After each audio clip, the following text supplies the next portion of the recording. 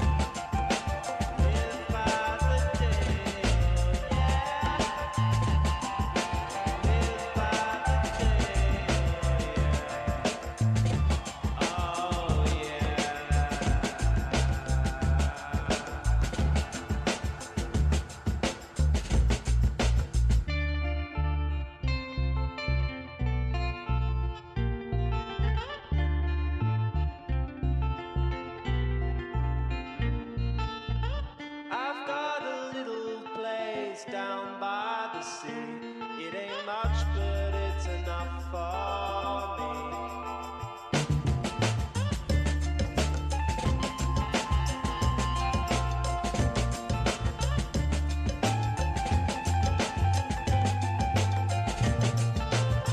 I've learned it pays to be humble, take it easy, and live by the day.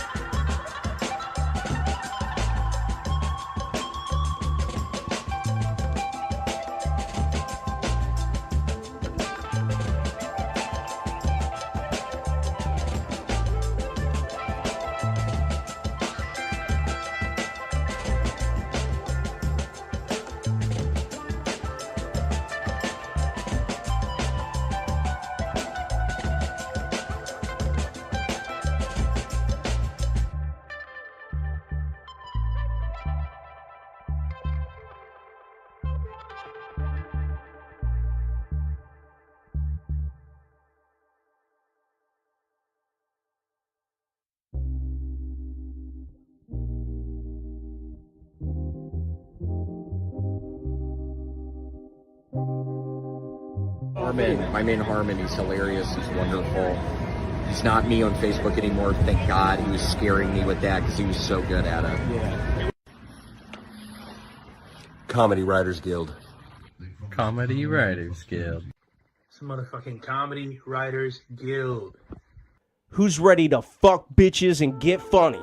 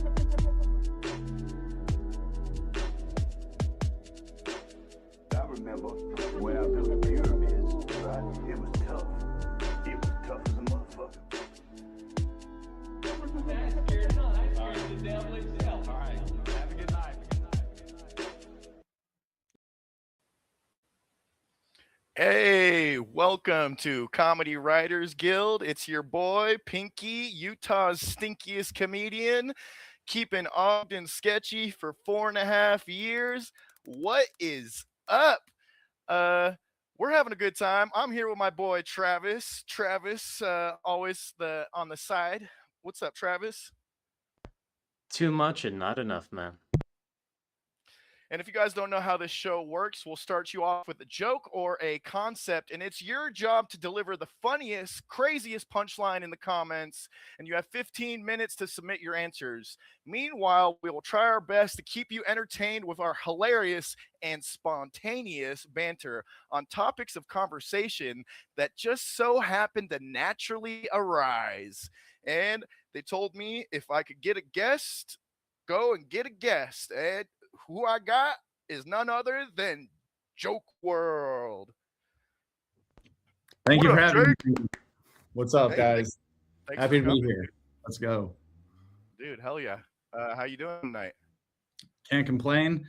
I'm a Cavs fan. My Cavs are on right now. Game 2 of the NBA playoffs, or second round. Doing all right, but happy to be here. Okay, hell yeah. You're into like all sports pretty much. Basketball, football, and hockey are my favorites. I played Division III football and tennis actually in college, so those I guess are my favorites. But I don't follow too much tennis. Damn. Okay. And do we have the first joke concept running? No, you need to introduce it first. I gotta introduce it. Okay. So you're doing your the Joke WRLD Festival in August. Yes, August 14th and 15th, St. Pete, Florida. That's gonna be crazy. I'll be there. Absolutely.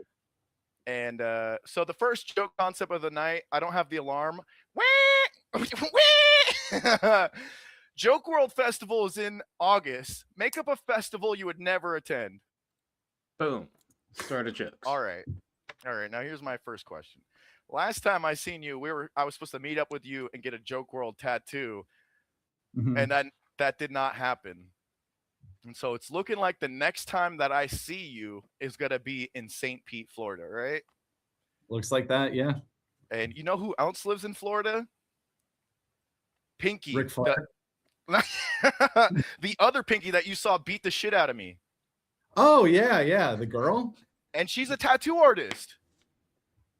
That's perfect. Does she live in St. Pete, Tampa area, or just Florida? She lives in Miami. All right. But she was there for Carnival of Combat. She showed up for that. That's true. All right, well, let's get her there to do some tattoo. Well, we'll just tattoo you. I don't know if we'll have we'll save that for Skankfest, the tattoo. No, but it would definitely be a whole bit. Yeah, Pinky on Pinky hate crime. Yeah, so I don't want to take too much time away from Jake here, but if you could just give us a quick rundown on how it is you got your ass beat by a woman with the same name as you. Dude, that's a good question. Well, I'm a comedian. I didn't know she's like an actual fighter. She's been training for like a decade or something, and she's got heart. You know, I got heart, but I know how to get back up. She knows how to knock people down. So we're just opposite ends of the spectrum, but we've talked since then. Much love to them. I'm like their, I wouldn't say child, but it's all their fault that I exist, really. It was quite the spectacle, Travis, to see that happen. But yeah, he got back up, just not as many times as he got knocked over. Well, what I'm wondering is, like, how did this come about? Did Pinky say something about her mother, or like what prompted this? So you want to explain? I'll explain. Yeah, so I guess she felt that I stole the name Pinky from her, and she wanted to fight me for the name Pinky. And well, you still have it, so yeah, dishonorably, I guess. But since then we've talked, we've made amends. It's I've been able to do so much cool stuff, and like I've been able to put on these shows every month and like give a space for people to perform. So I think at first she was just like, oh, he's just trying to dick ride Skankfest and steal my name. But then when she's seen that I'm actually like doing good things with the name, they're like, oh, okay, whatever. Is it spelled the same way? Yes. Hmm. Yeah. All right. This isn't supposed to be about. How is this about me again? One more question: is the name pink? Is it come from like the color pink or like the body part, like a part of the hand? Where is what type of? Where do you identify with the word pinky? So the very first time that I fought at Skankfest, the very first time I met you actually is I fought wearing a pink t-shirt, and I guess as a joke when they went to audience decision, this pinky girl yelled out pinky and they started chanting pinky, like you know how fucking Skankfest is. There's chants. Yeah, So, 1,000 people chanting pinky for you, you're gonna fucking run with it. of course. I was wondering how that came about because the color pink is so gay. I would never choose anything pink. Dude, I wear your bracelet every fucking day, pretty much of my life. I appreciate that. Yeah, that's I'll have more for you at the festival. I'll get you some more stickers and stuff too. Yeah, when was that? What year was that when you got the first free sticker? Oh, that was 4 years ago. What? Like right when you started sending them out.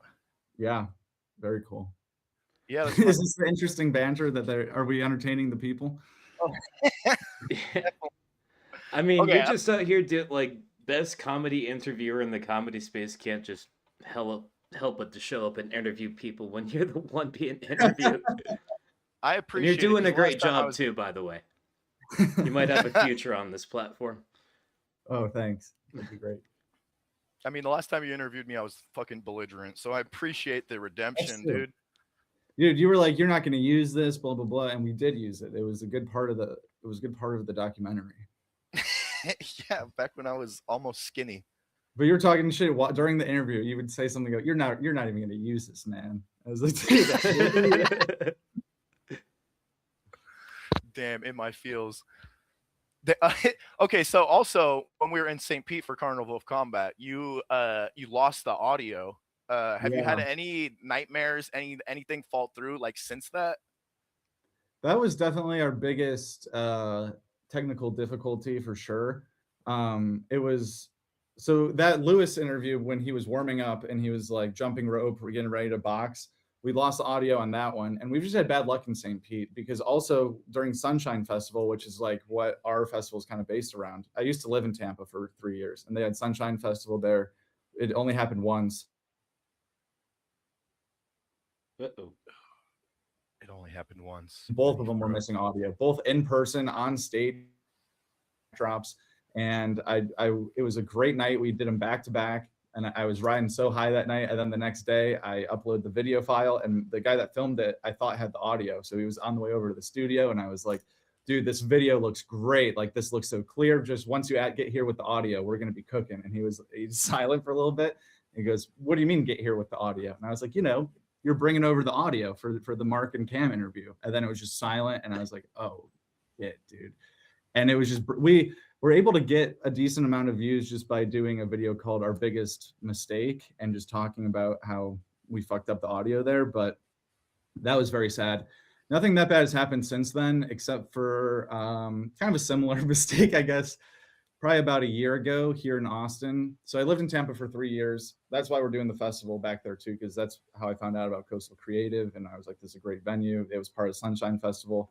And Sunshine Festival, all the comedians said it was so fun. They talk about it so highly, but there was just some logistics issues from a fan perspective that I noticed of like the venues being like an hour away from each other that just didn't like work that well. So we're just kind of like working with the Sunshine people to kind of revamp it basically this year. But anyway, I moved to Austin about 2 years ago now, and I had a chance to interview Ron White at the premiere of this Nighthawks film dude, how was that? The film or the interview? Both. That movie looks crazy. Yeah, so I don't know what's going on with it, but it's shot so well. Like the footage from it looks so awesome. I'd never been to a movie premiere before, so I was there. There was like free drinks, whatever. I had a few drinks. I didn't know if I was going to interview Ron or not. At the very end of it, they were like, all right, yeah, go out there and you can do your 5-minute interview with Rod now. So I was like, oh yeah, fuck yeah, this is going to be awesome. I thought I killed it. We went back and forth. It was a good standing man on the street interview.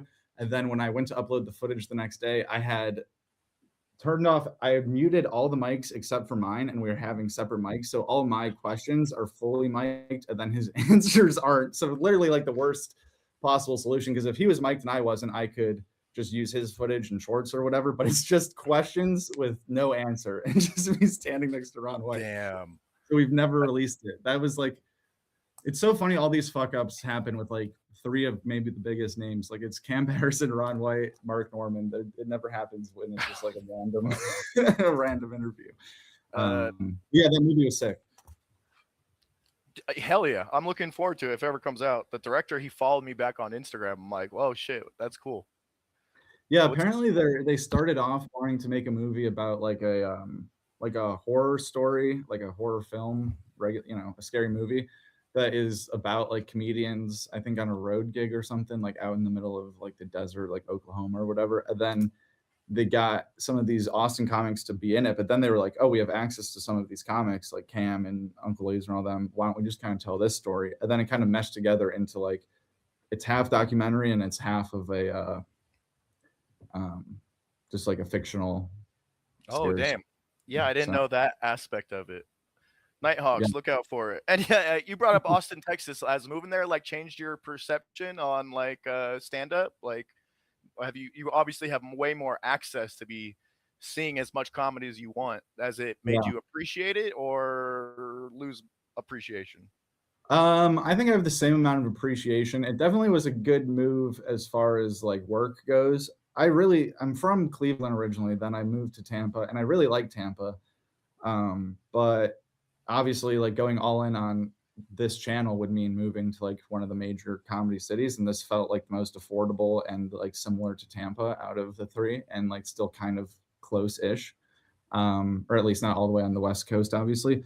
But I don't know if it's really changed what I think about comedy. It's definitely, I didn't think anything negatively about the Austin scene before, but it definitely makes you think like some of the gripes that people have with it are either inflated just to get views or just completely uninformed, because it's a pretty normal comedy scene. It's not like a racist hellhole or whatever. I don't know what people say, but it's just comedians telling jokes, and it's great to have way more access. Like I could go see a high quality stand-up show every single night, whereas in Tampa it's like there's open mics and stuff, but it's just headliners at Side Splitters on the weekend is where you're going to see like a great stand-up show.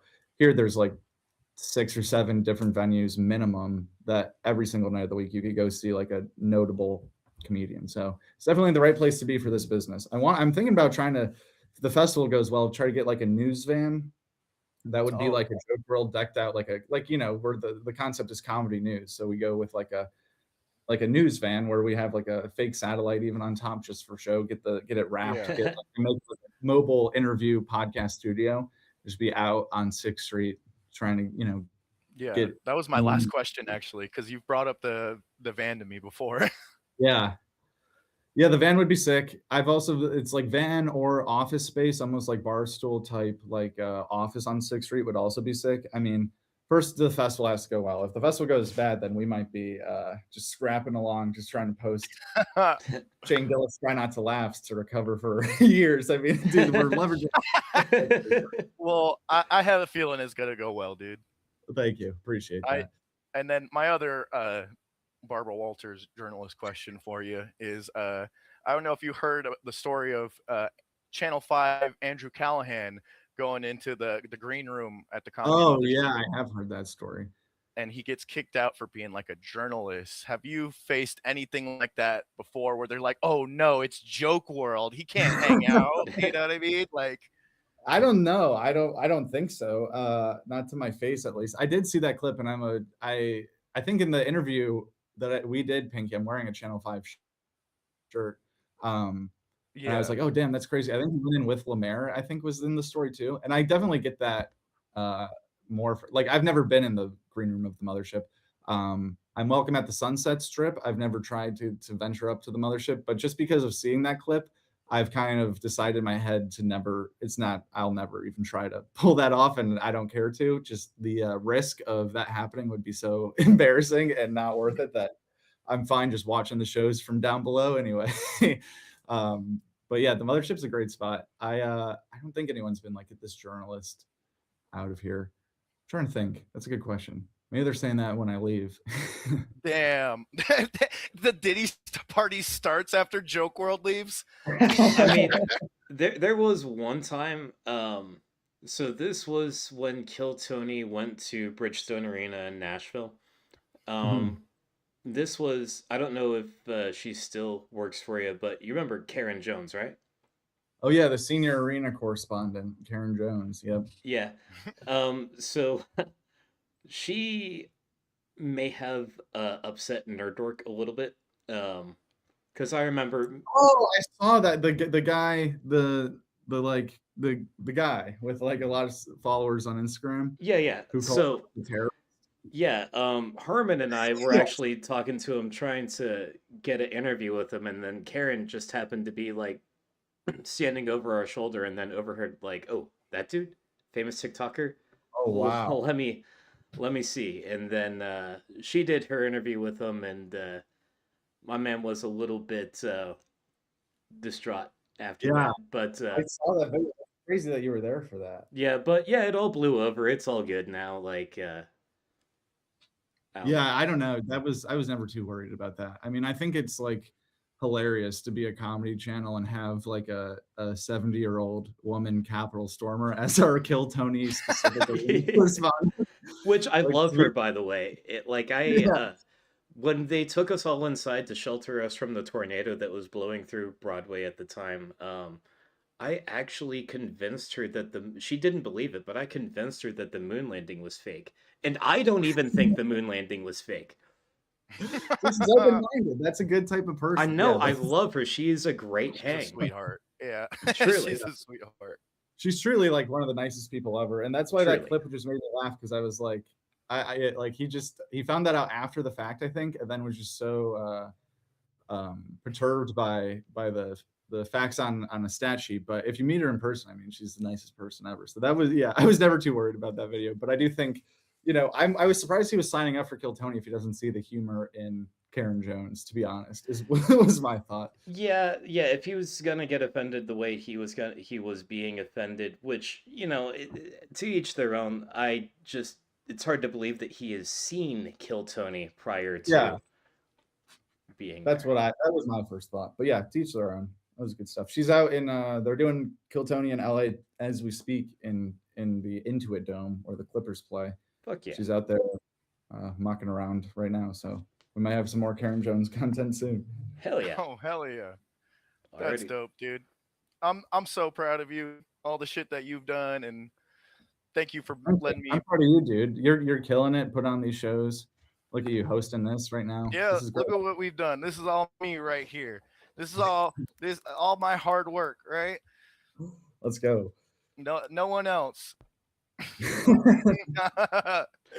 So I do have another question for you. Aside from hang on. What's this? Wait, what? Hey. What? It's supposed to be my episode. Hold on. I think I just heard somebody talking shit. Oh shit. What's up, little man? Hey, you want to run that past me one more time?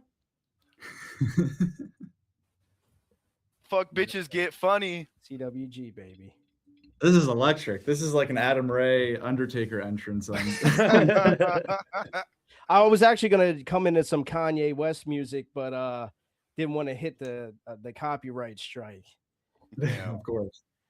Yeah. Travis, you had a question? Yeah, so aside from a handful of audio issues not getting the edit coming, which is a problem that we have never had on this channel, what would you say has been the most technically challenging aspect of running Joke WRLD? Oh, that's a good question. Technically challenging. That's a good question. Because I think you took away what my answer would have been, which is like mic stuff, getting the mic volume right in the first place, like learning how to use any of this equipment, which I still don't really know how to use. Now I have like a editor who also likes to film stuff, who's does more of the camera stuff for me. I would say maybe just like the uploading process. It's not super hard, but just refining that into something that I'm comfortable with, getting getting used to the tags and stuff. This is pretty boring answer, but like how to tag a YouTube video or the description, or just like getting all this stuff up and running. One of the hardest things was getting company emails. Now that we have 3 full-time people, I was like, let's get off Gmail. Let's do it at jokeworld.com. That was kind of a hassle to figure out. I mean, that's just stupid stuff. This is not an interesting answer, I guess. Let me try to think. The mic stuff is definitely the most, like, fuck, we completely missed that. Yeah. I've gone through that. That we have never had no mic this issues. year. The Skankfest interviews this year, it was kind of dark at night. We probably should have used a light, I guess. But yeah, that's sometimes I can't tell like a Zoom interview, right? That like the person will have like bad connection sometimes, or like how I've had today, or the mic is kind of just a phone mic.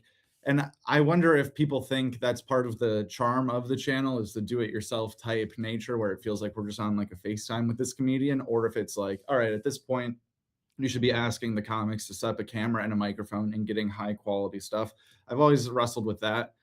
Because it's like, do you want to change what's been working or try to elevate stuff? Sometimes when people get new cameras and stuff like that, people think the show's different and it's lost its charm and stuff, you know? So I don't know. But at the end of the day, I know that people are mostly watching just for the comedy news that we provide, not really for what I'm doing and stuff like that. So as long as we're still just delivering comedy news. What a long-winded, weird, bad answer to that question. I apologize. Oh, you're great, bro.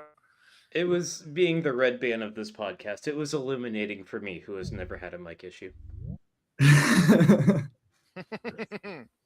Just like that. We never have technical difficulties. Never. Did you ever hear, I'm sure you have, because you've heard fucking everything when it comes to comedy. You hear Adam Ray talk about how he got with this guy that was like just starting off a podcast, and he was like, hey man, I'd like to interview you. So he met the guy at McDonald's, and the guy set everything up at McDonald's, and they sat there in the booth and did the whole thing. The guy interviewed for like an hour and a half. Then the guy ended up hitting him up the next day, and he was like, hey man, I forgot to hit record. I would have been like, bro. Dude, that sounds like an impractical joke. That's hilarious. Impractical nightmare, dude. Yeah, that's so funny. That reminds me of, I mean, one of my first interviews on Zoom was with Nimesh Patel, and I was nervous, and I started the interview without hitting record on Zoom. And like a minute in, he goes, hey man, aren't you gonna hit record? And I was so embarrassed and flustered by it. I didn't even go like, oh yeah, thanks. I played it off. I was like, oh yeah, I mean, I guess, yeah, I got another camera over here that was recording me, but like, yeah, I guess we should probably get this going. That reminds me of Pinky telling me what he was saying before you got on here. He was like, yeah, I was talking to him earlier, and I was like, yeah, you know, you have the festival coming up in August, and you were like, oh yeah. Yeah, so that he had one of those moments too. Yeah. No, one time no, you said you said the wrong one. You said it was coming up in September. Yeah. No, I don't make mistakes. Anyway, no. No, I had a very similar thing where I met up with a rapper to interview him, and we had like an hour, and we get there, I set up everything, and I'm like, the wireless mics aren't charged. And so I'm like, I hope my phone audio just picks this up. Yeah. That's tough. All right, guys. Dudes, it's been like 2 weeks. Daddy's back. What's going on, chat?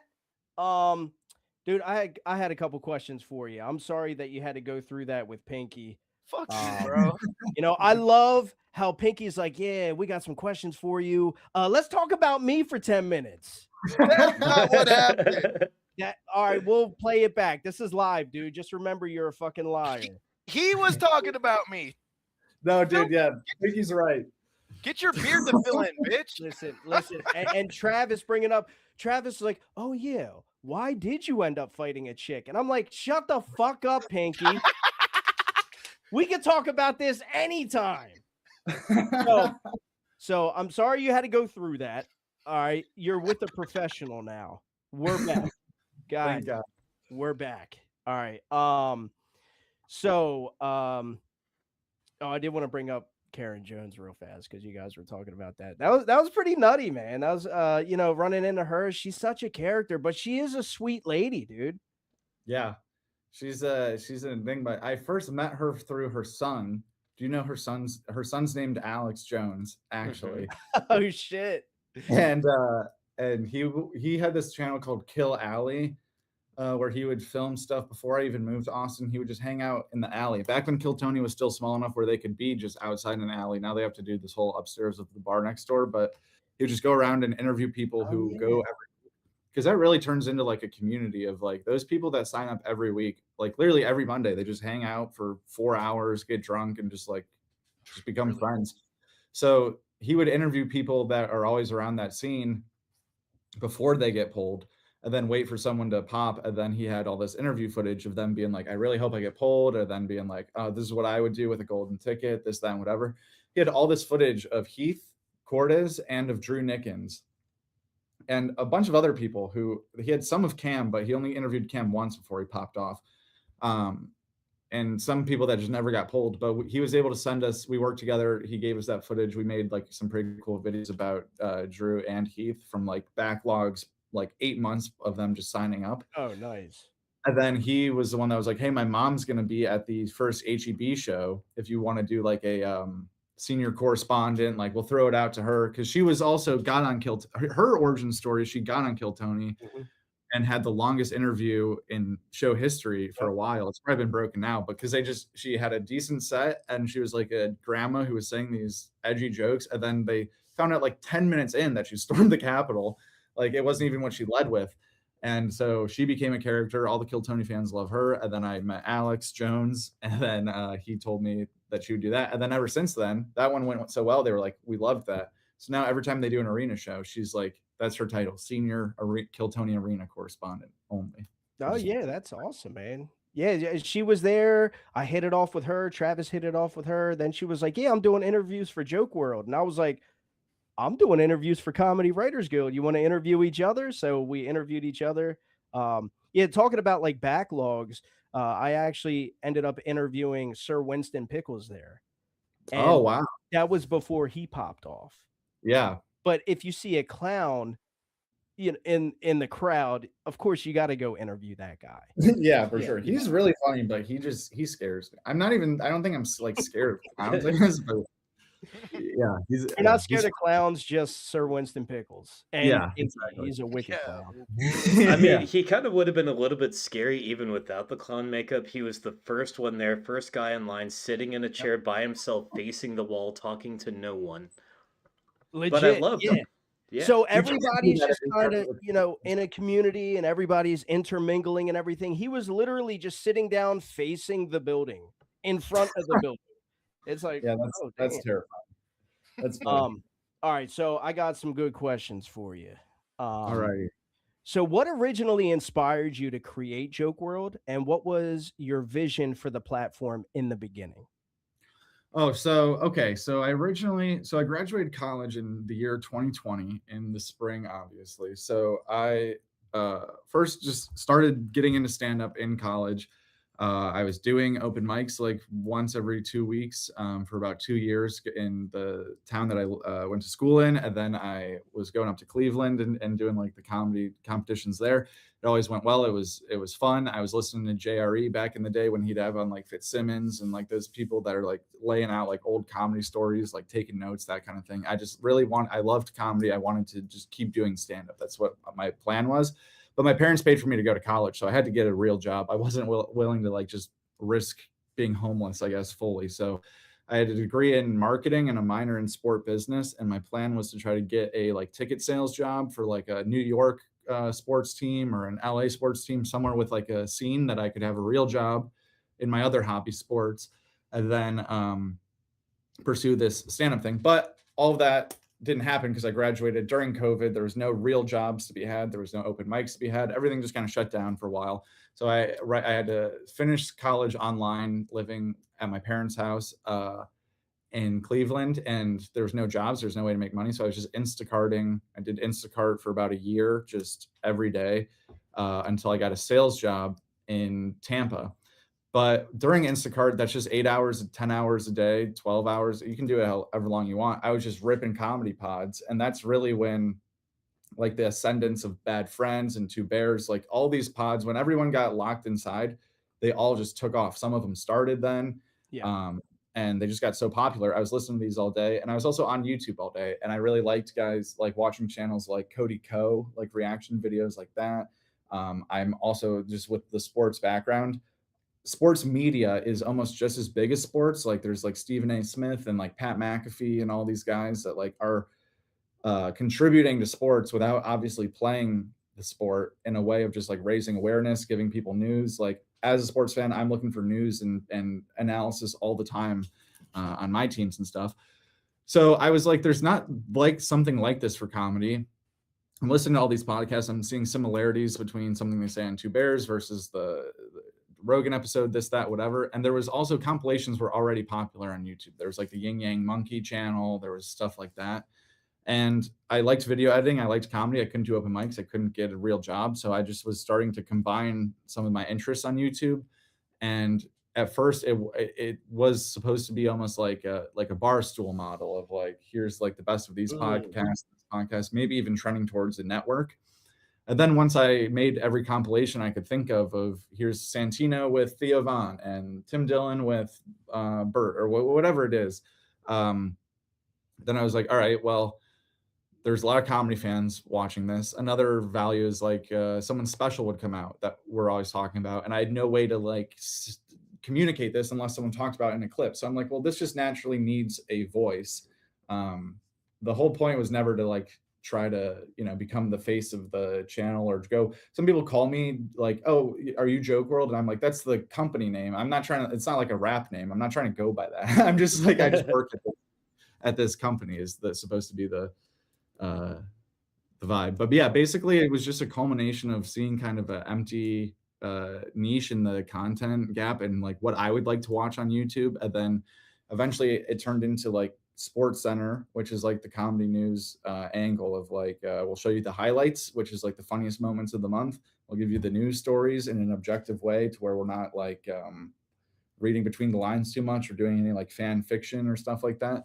And yeah, I think we're serving a purpose right now. And then we did that for 5 years and 1 month so far from our first video. Nice. This year we decided to go into the festival, which is a big swing. It didn't really feel like we were ready for it, but it didn't feel like we were ready for anything. So it's just like once we commit to it, then we are forced to figure it out. So yeah, man. Another long answer. I gotta shrink these down. I love it, dude. I think everybody wants to, because what you're known for doing is interviewing other people. So we don't really get a taste of like what you're like. And so I'm loving this. Long answers all the way, bro. All right, that's great. Yeah. Yeah. I first got started doing stand-up in college. It was because I played Division III football. I was like the worst player on the team. Loved football so much that I just insisted on being around. Kind of like with comedy. It's like I just am not.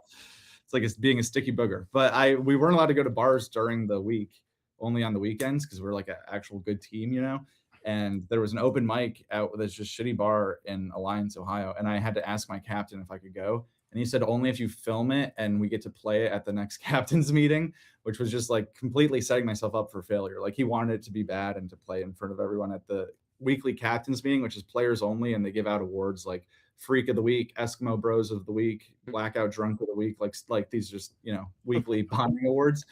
And it didn't go as bad as they wanted to. It was just like a medium reaction. Half the jokes were probably stolen from like Twitter, or just like terrible puns, whatever. But after that, then I got to, from my sophomore year on, get to do every captain's meeting, the joke of the week. That was my responsibility. So I was also kind of like doing one joke, almost like Kill Tony, but in front of my Division III football team as like a scrub also, which is a lot of pressure until it was my senior year. Then I felt like I was really a veteran comic in that sense, I guess. So this is why I love the long form, right? I'm learning something about you. So I don't know if you've ever mentioned it before. I've never seen it. I've seen a lot of your content, but I've never seen you talk about how you've done stand-up yourself. Okay. So maybe I missed that. That being said, now I can ask you what I ask a lot of the guests that come on here. I usually ask, what does your creative writing process look like? But you're out of the writing process. What is your favorite joke that you've written? That's a good question. I probably haven't like I haven't done stand-up in like 3 years. Sometimes I still write down like funny things in my notes. I guess it would probably be about I don't know if I can remember it fully, the good wording of it, but it's about being tall and skinny and being like it's hard for me to buy fitting clothes because I look like the best basketball player on the Auschwitz basketball team, a pickup team, and saying something like just kidding, I'm German, so I would have been a shooting guard. Um, and some like shirts for skin and bones, something along those lines. It was just made up. It was, I guess, offensive, but I don't mean a thing by it. It was just good. It's whatever. It's comedy, dude. Yeah, you got to blur the lines. Yeah. Of course. So one thing that's incredibly impressive about Joke World is how consistently you cover virtually every major movement, podcast, and shift in the comedy scene, and somehow you still manage to produce high quality, well edited content. My question here is, how the fuck do you balance the workload and stay that plugged into everything happening? Well, honestly, since we started the festival prep, I felt like completely behind on a lot of the actual content. So I'm almost excited for August 16th to come and just go full back into just like content mode. Like that's why I'm saying this could be the only festival we do, because I don't even know if it's worth it. We just want to celebrate our 5-year anniversary and then just get back to what people know us for, just like the comedy news. ×2 speed is a big one. I've gotten all the way up to ×2.5 speed comfortably nowadays. I'm not quite to 3, but yeah, that's a good way to get for all that. That's a great way to get through podcasts. And then also we have Chase, our guy Chase, who lives out in San Francisco. He's been in the comedy meme game for like 15 years. Like he's been full-time with Joke WRLD for probably 2 now, maybe 2.5, but he'll help me scout videos. So we'll kind of tag team that, just trying to watch as much as we can. And then also transcript searching is a big thing, where you can just kind of like transcribe a podcast, then Command F. And if I'm looking for like stuff about the upcoming roast, then I can just type in roast or backspace Kevin Hart, check pods to see if they mention something kind of quick.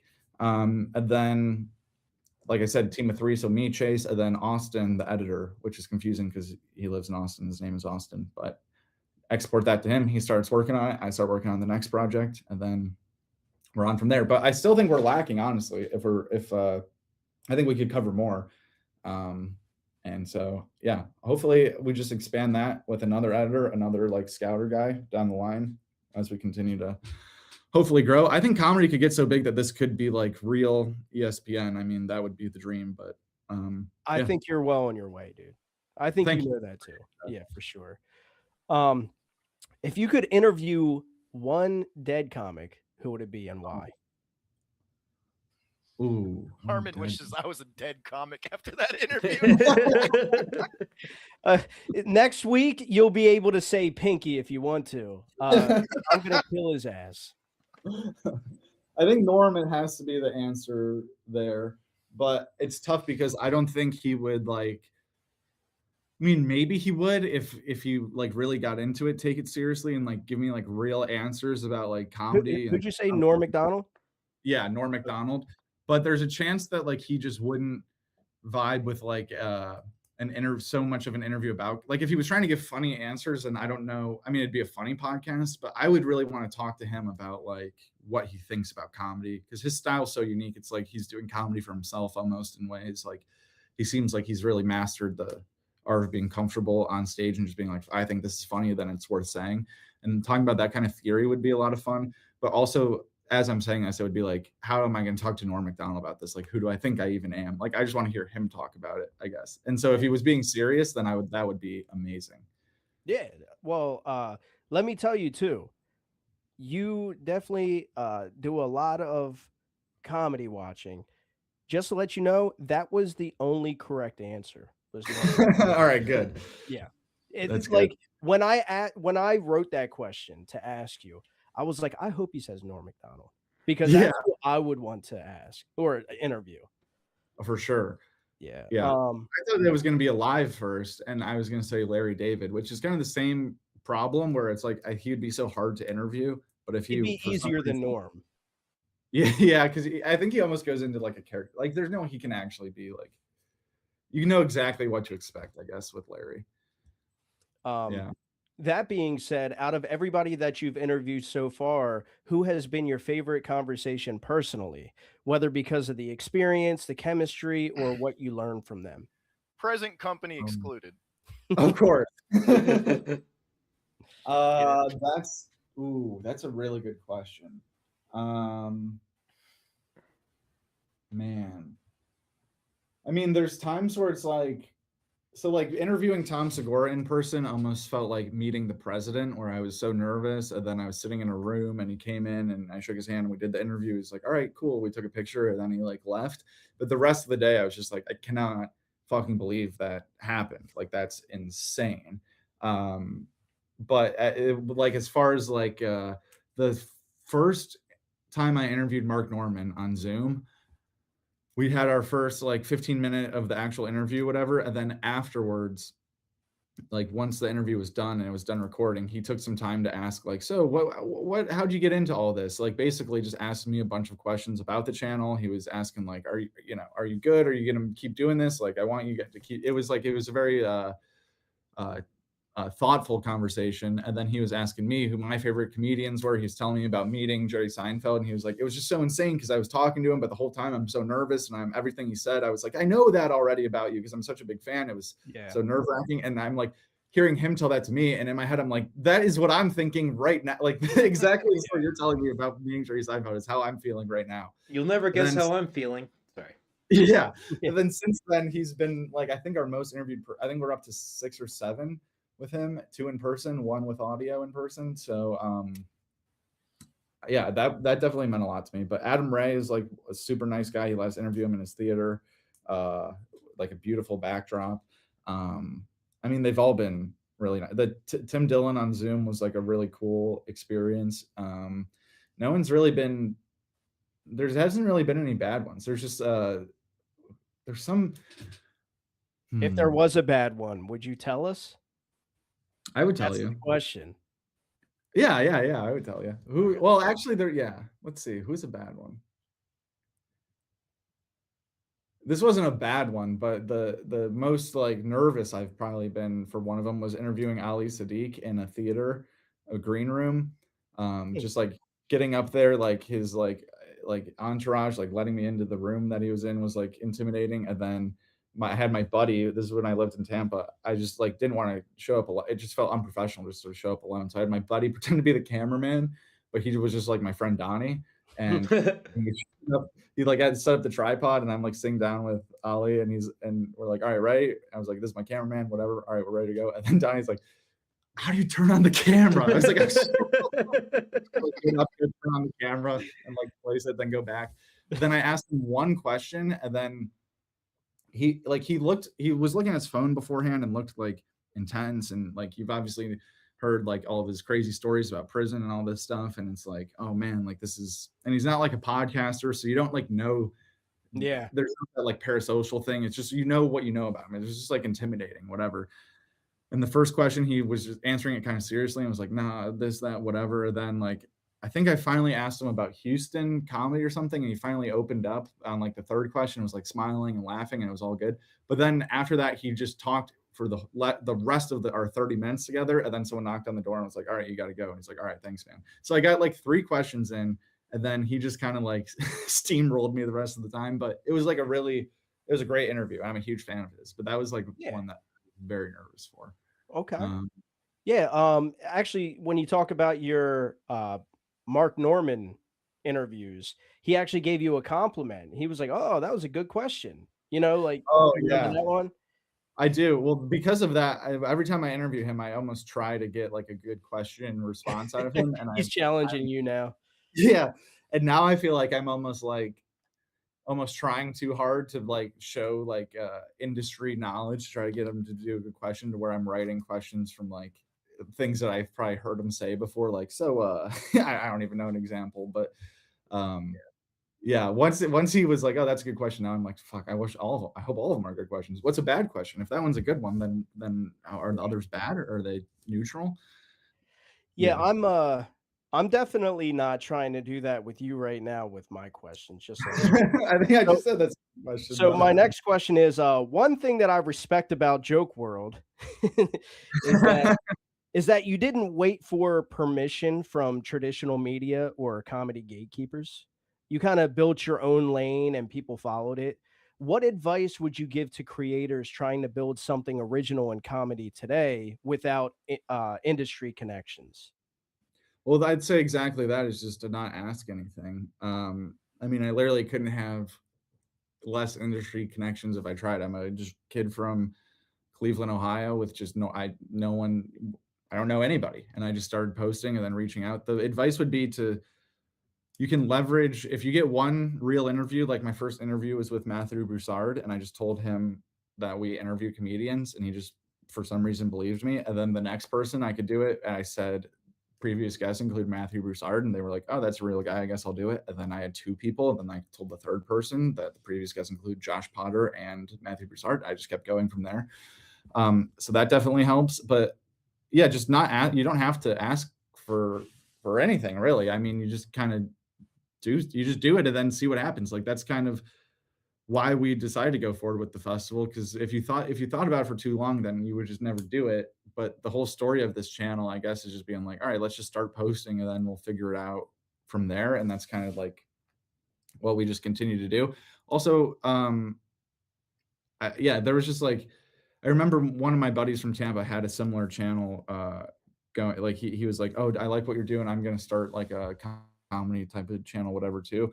And he made this video about the AI George Carlin special or whatever. But he reached out for some reason. He reached out to George Carlin's daughter to ask permission to release the documentary or whatever. And then she said no, and then sent him like a cease and desist. And he's like, "Dude, I'm in like this legal trouble now." Blah blah. And I'm like, "Dude, how many videos do you see go out on YouTube about top? Why would you even ask? Like you don't have to ask." And then that would have never happened. Not saying break law, but that fair use and stuff, it's not illegal. Like you don't.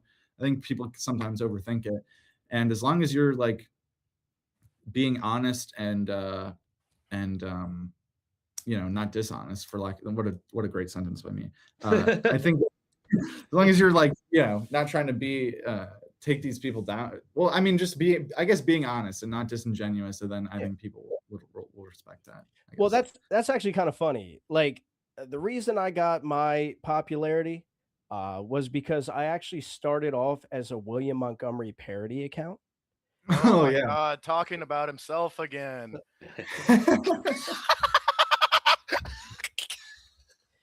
Yeah, he's gonna be the next dead comedian. Yes, and then you got beat up by another. Too nice of a word.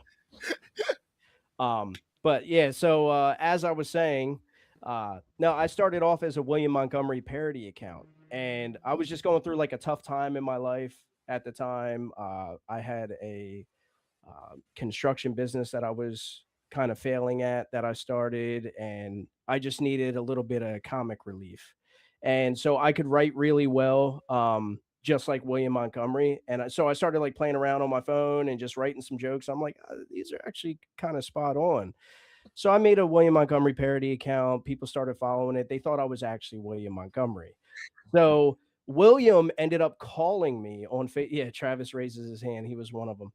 William ended up calling me on Facebook Messenger, and he was like, "How the fuck are you doing this?" And he thought I was using AI or something like that. And I was like, "No, dude, I just like, you've really inspired me. I love your comedy. I can just kind of write like you." And like, it's pen to paper. I can't sound like him or anything like that, but like if you're reading it, it's like you're reading it in his voice. So yeah, of course.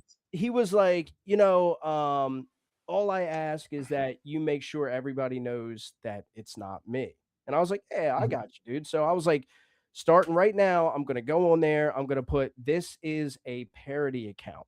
So it was like the first thing you saw right under, I went as Memphis Strangler. So right under Memphis Strangler, you saw this was a parody account, but like, it goes into what you were saying, where as long as you're not trying to like cause harm in the scene or drag somebody's name through the mud or anything like that, it's better to ask for forgiveness than permission type thing. As long as you're doing the right things in comedy, you should be able to do that. And I agree with you. Just create, like Terrence McKenna said, create your own road show.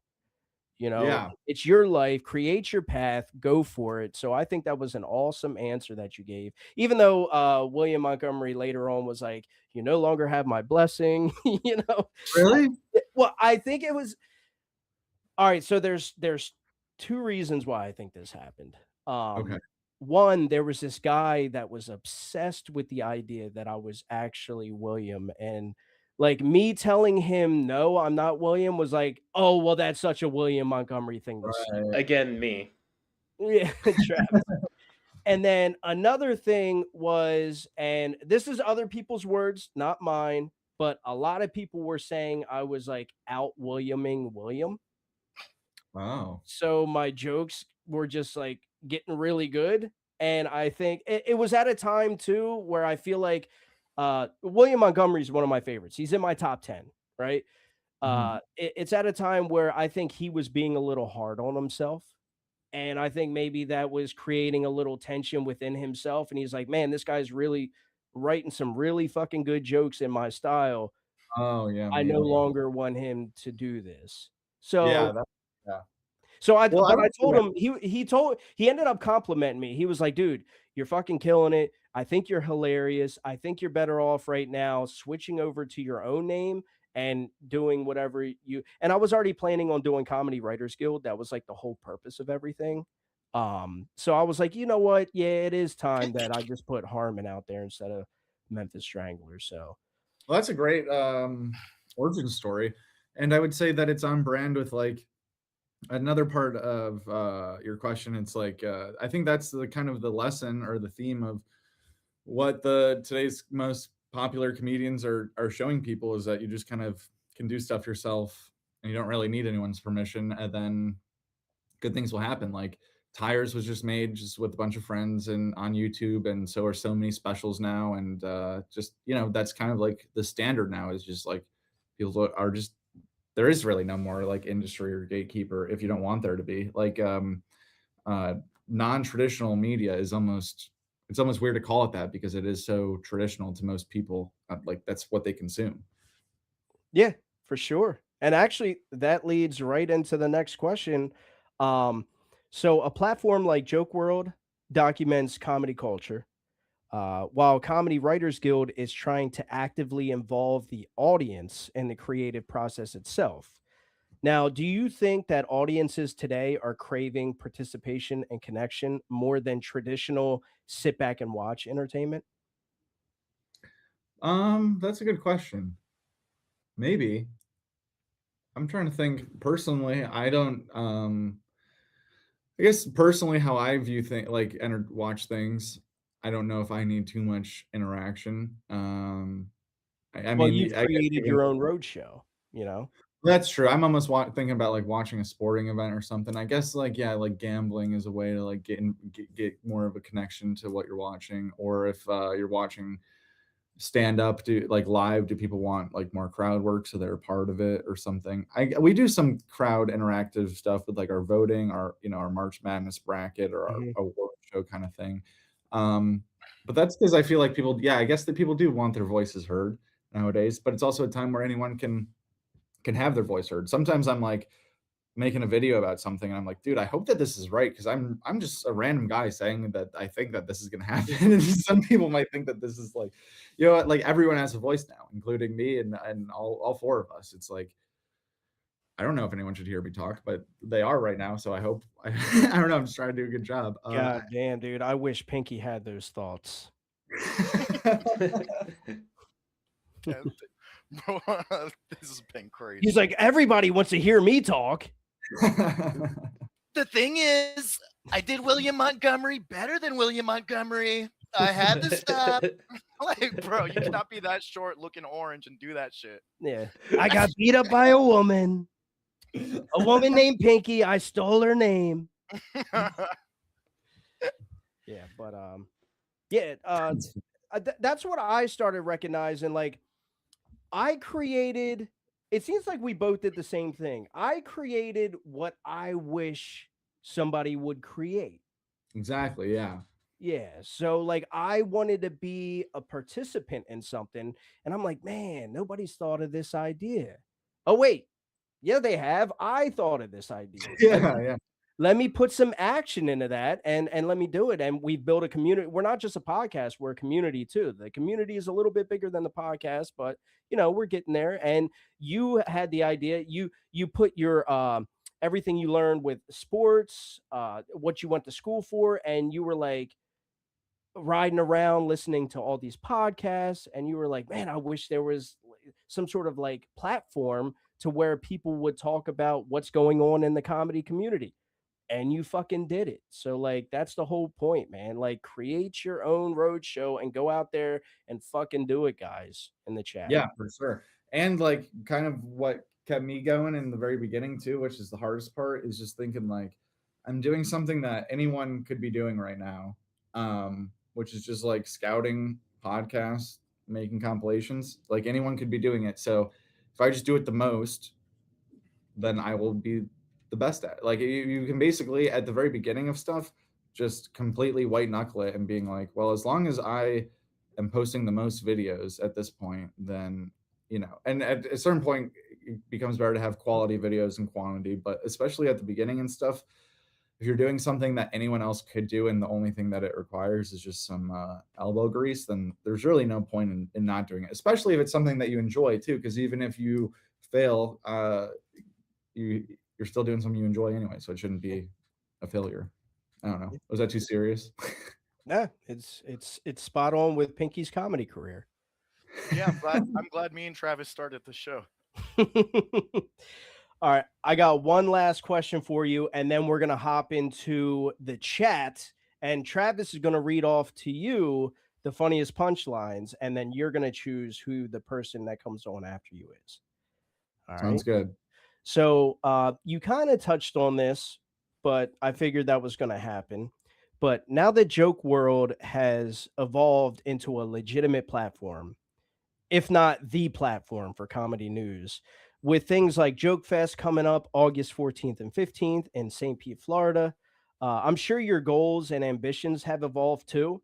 So, what do you ultimately see for the future for Joke World, and what direction do you want to take within the next few years? Well, it might sound insane, but I don't think that the goals have really changed that much, because I think that they were pretty big from the beginning. Like this festival has always been a goal, and so we're starting to do that. A thing that we've always talked about is the Joke World Comedy Club as well, because I think that there's a cool mixture of in-person and internet entertainment, to where if we had our own club, I just could see some sort of just a big spinning globe logo outside with just like, our number of subscribers, this many laughs served, like how McDonald's has like 1 billion people served every day, get our live subscriber count. I just see this big sign on a club. That would be awesome. And some sort of live streamed element to where maybe it's like a crowd work show so you can burn material, or maybe it's like a pay-per-view platform to where you can like pretend like you're at the club every night. Like something that ties our online audience into an in-person thing has always been the goal, along with the festival, and some sort of office space in one of these major comedy markets to be like a barstool office, to where we have comedians coming up for interviews or for answer the internet or green screen stuff all the time, or a podcast studio with different people recording and multiple people editing multiple projects all at once, just so we can get more comedy news out there.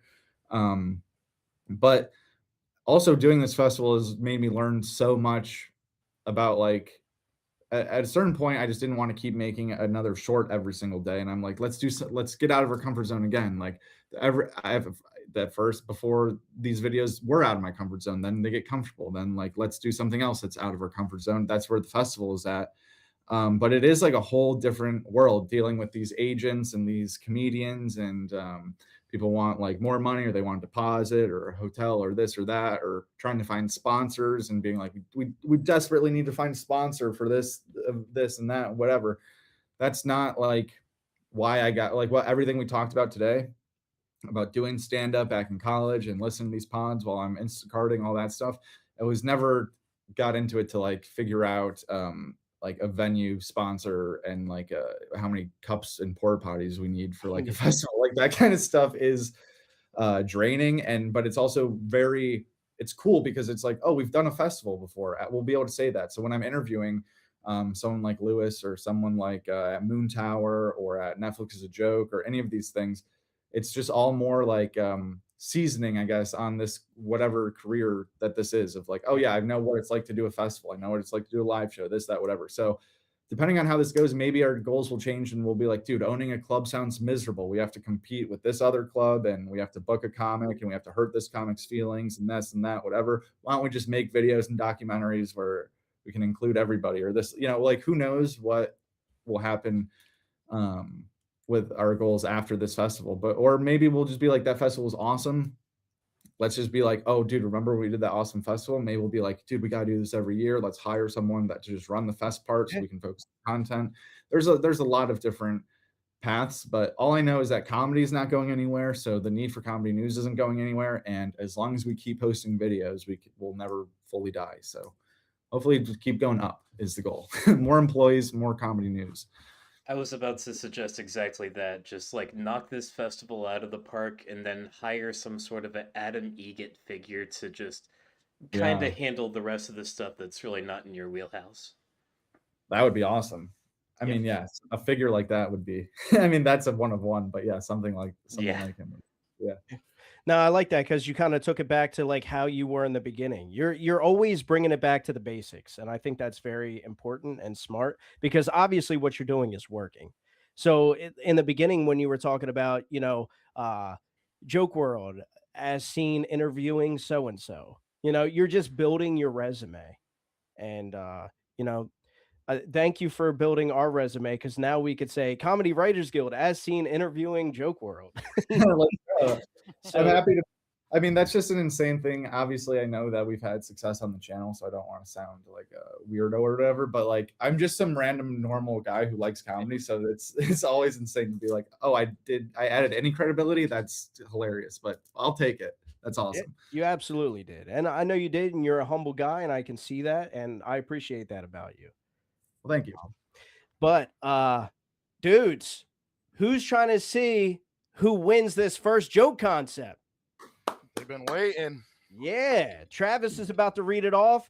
Pinky, I'm here, so I actually have the button. So you want to say it, Pinky? It's time for the joke concept. There we go. Joke WRLD Fest is in August. Okay, guys, that is August 14th and 15th at St. Pete, Florida. Okay, let's go. Make up a festival you wouldn't attend. Travis? All right. First joke comes from Philip Castor. Philip Castor said, "Free the Man Boobs Fest." You're headlining, Pinky.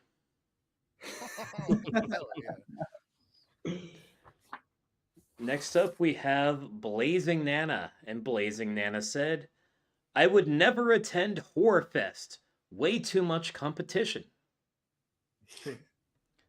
From Kyle Yamkowski, Kyle said, "A Soncho Fest. You must bring your woman to attend." Kind of in the same vein, we have Brett Caven Logan. He said, "Cuckfest 2026. Save a chair for you." I like the tagline on that. Yeah, that was cute. Yeah, from Matt DeWalt Atkins. He says, "Methamphetamine."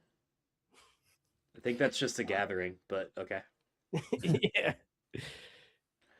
From... do a bit of scrolling here. Remember to react to joke, guys. All right, next we have Philip Castor again, who is wrong in this one. Midget Fest. I would attend that all day. Yeah.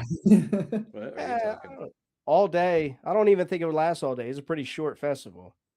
I think you could feel tall with that one.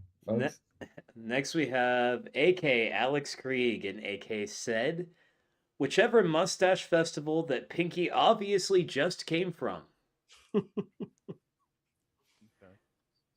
Next we have Nathan Cole Winstead, and Nathan said, "Pegfest." From Lindsay Campbell, we have Anal Leakage Fest 26. From Dan Zilla Drums. Dan said, I would say Watermelon Fest, but you guys would probably turn it into something crude. I think they have that in Australia. Next we have Mario Chavez. Mario said, they kicked me out of DribbleCon last year. Love you, Richard Gere. Sounds like a 90s reference. Next, we got Brett Caven Logan. Brett said, anybody going to the Sam Bass Comedy Fest? Oh shit.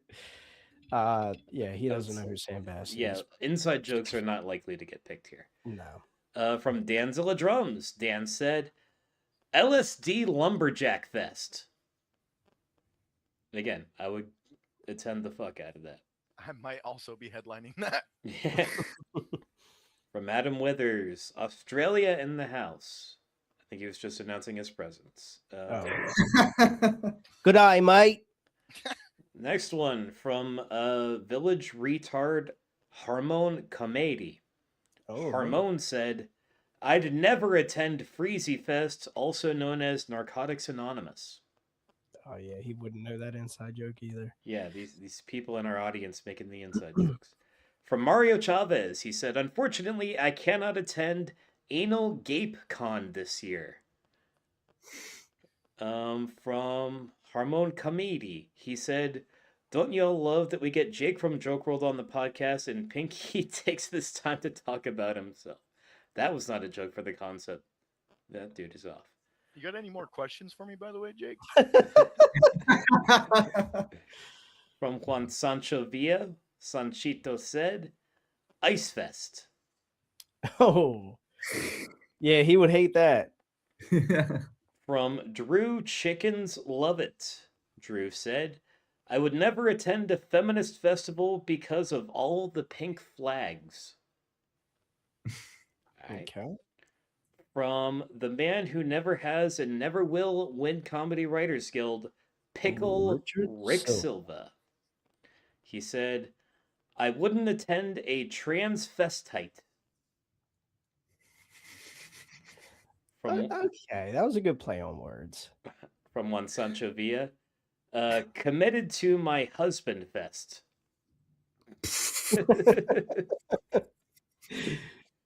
Jake, do you know what a Sancho is? No. Do you remember the song Santeria by Sublime? I don't practice Santeria. Oh, yeah. Ain't got no crystal ball. Yeah, and then he said, if I could find that Sancho and I'd slap her down. Yeah, Sancho it's a Mexican word for a dude who'd be getting with other people's wives. Oh, okay. Yeah, and you probably know who Juan Sancho is. He's been on Kill Tony 4 times now, 3 times. Plus on the local news 1 time for bullshit arrest. Yeah. Dude, Soncho at 2.5 speed. That's crazy. From Danny Trevino, Exonerate Diddy Fest. From Mario Chavez, Fisting Palooza, I will not be attending. From Clarence Ray Ash, Burning Kid. And just one. From Clarence Ray Ash, final joke, Trumpapalooza. Okay, not many strong ones, if I'm being honest. Come on, guys. I thought I told you to step your fucking game up. I thought there was 1 or 2 pretty strong ones. That's what I said. Well, I wrote all of them down, so now my notes are going to look like this is the names that I didn't pick for Joke WRLD Festival. Well, judging by that lineup, I wouldn't pick any of those names for Joke WRLD Fest. Yeah, I think I'll stick with the actual name.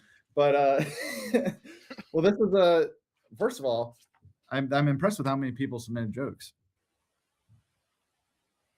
Yeah, thank you. That is these are all comedians that are many of them.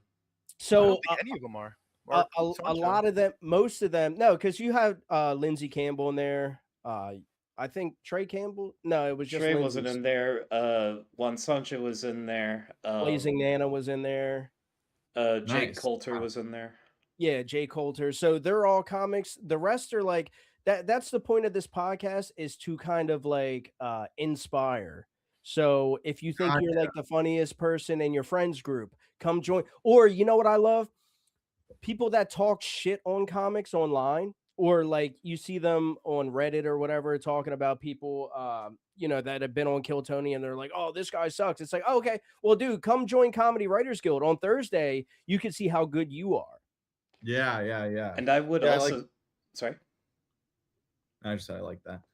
Well, I would also say that I would say, at least from my money, the funniest, most consistently funny guy in chat who has been on the podcast more than anyone else, regularly outperforming seasoned stand-up comedians, Danzilla Drums.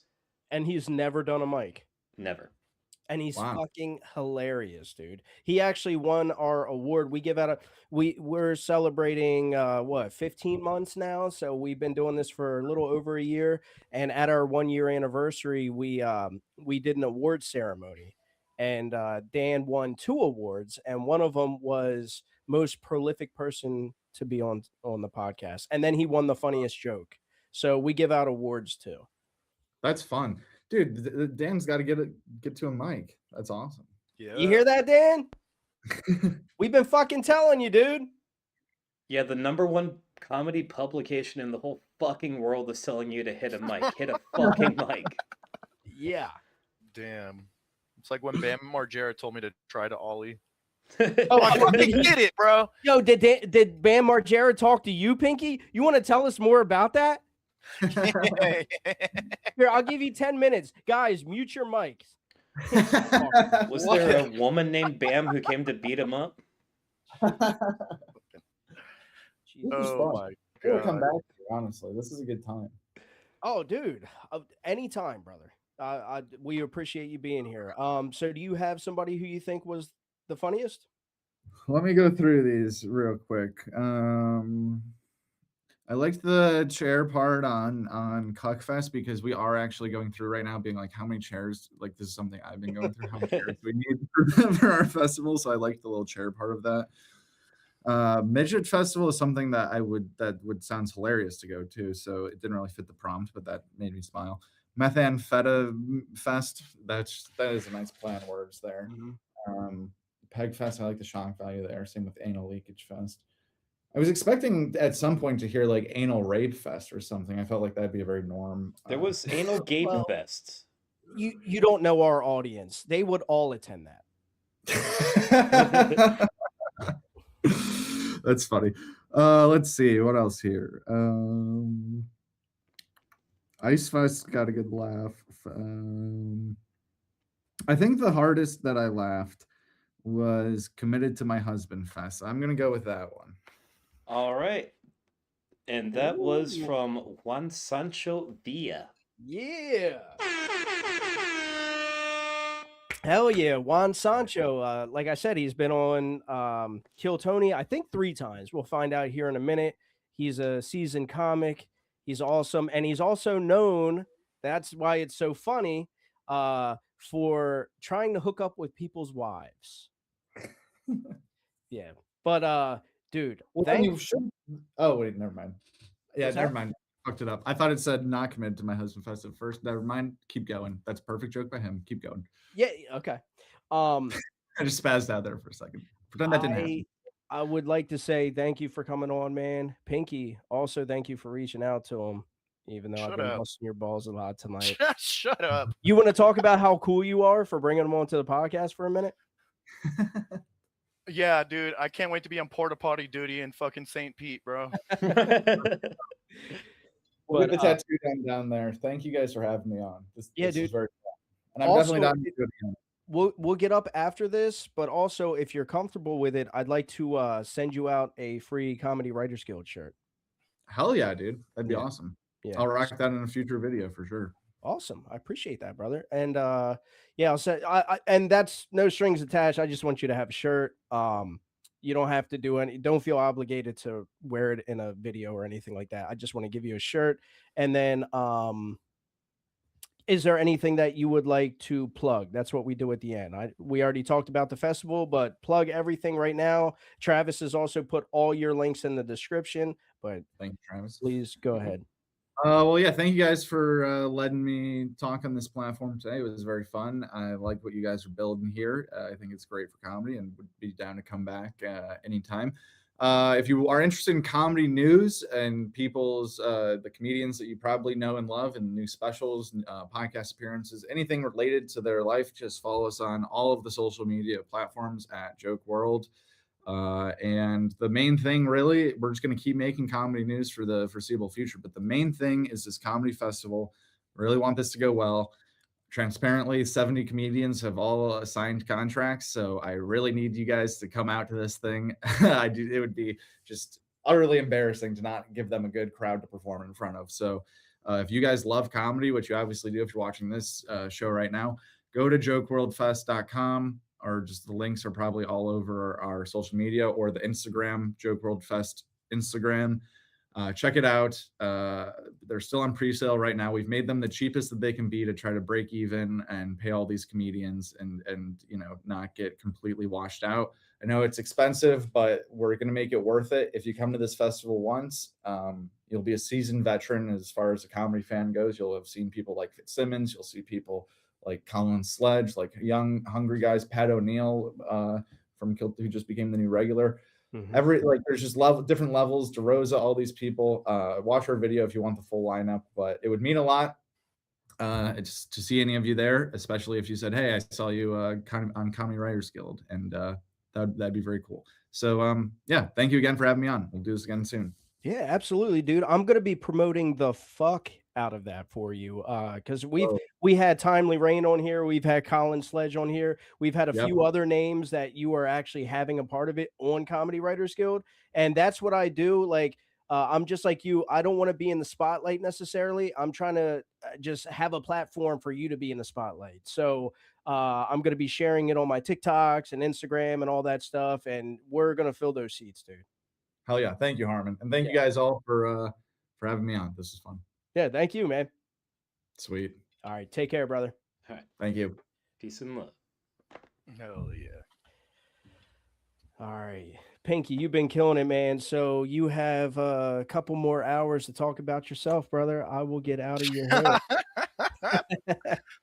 Do I have to fucking interview Soncho for an hour too? God damn. Nah, cut his down to 10 minutes, dude. He's just going to be talking about somebody's wife. Okay, I'm just having withdrawal, so let's get this going. All right, thank you guys. I'll see you guys next week. Oh, hold on, before we go, we're having Trey and Lindsay on next week. All right, fucking love you guys. Have a good night. Hell yeah.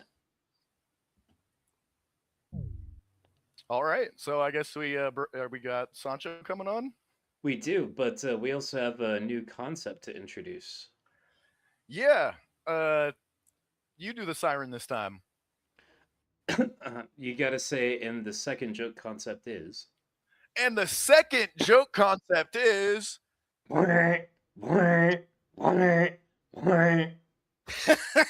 newest addition to Joke World Festival is. Boom! Start of jokes. Start of jokes. That was fun. Yeah, it's. I'm still in a. It's not real to me that just happened yet. Like, I know that he's your bro from way back, but to me, like, he's like. I don't know. I'll talk about how overwhelmed I am later. What's up, Soncho? I've never even talked to Soncho before. What's up, bro? What's happening? Comedy Writers Guild, man. How you doing? You just got picked by Joke WRLD as being the funniest. Like, you got picked by Joke WRLD. How's that feel? You know, it's like I tell my unborn children. It doesn't matter if you don't win them all, as long as you win on the important nights. So I don't have to be the funniest every time, just whenever it matters. Hell yeah. As I was like laying in bed just now, and then I like heard my joke. I was like, "Oh wait, hold on. Let me get to the office." Yeah, you gotta lock in when you gotta lock in. Yeah, I'm glad that normally if you got to explain the joke, it's not that funny, but I feel like explaining what exactly a Soncho is really kind of pushed that one through a little bit. I appreciate the assist. I was like, yeah. Tell him about me. Tell him about me. I was like, is he gonna sing Santeria all the way up until that fucking part, bro? What are you doing right now?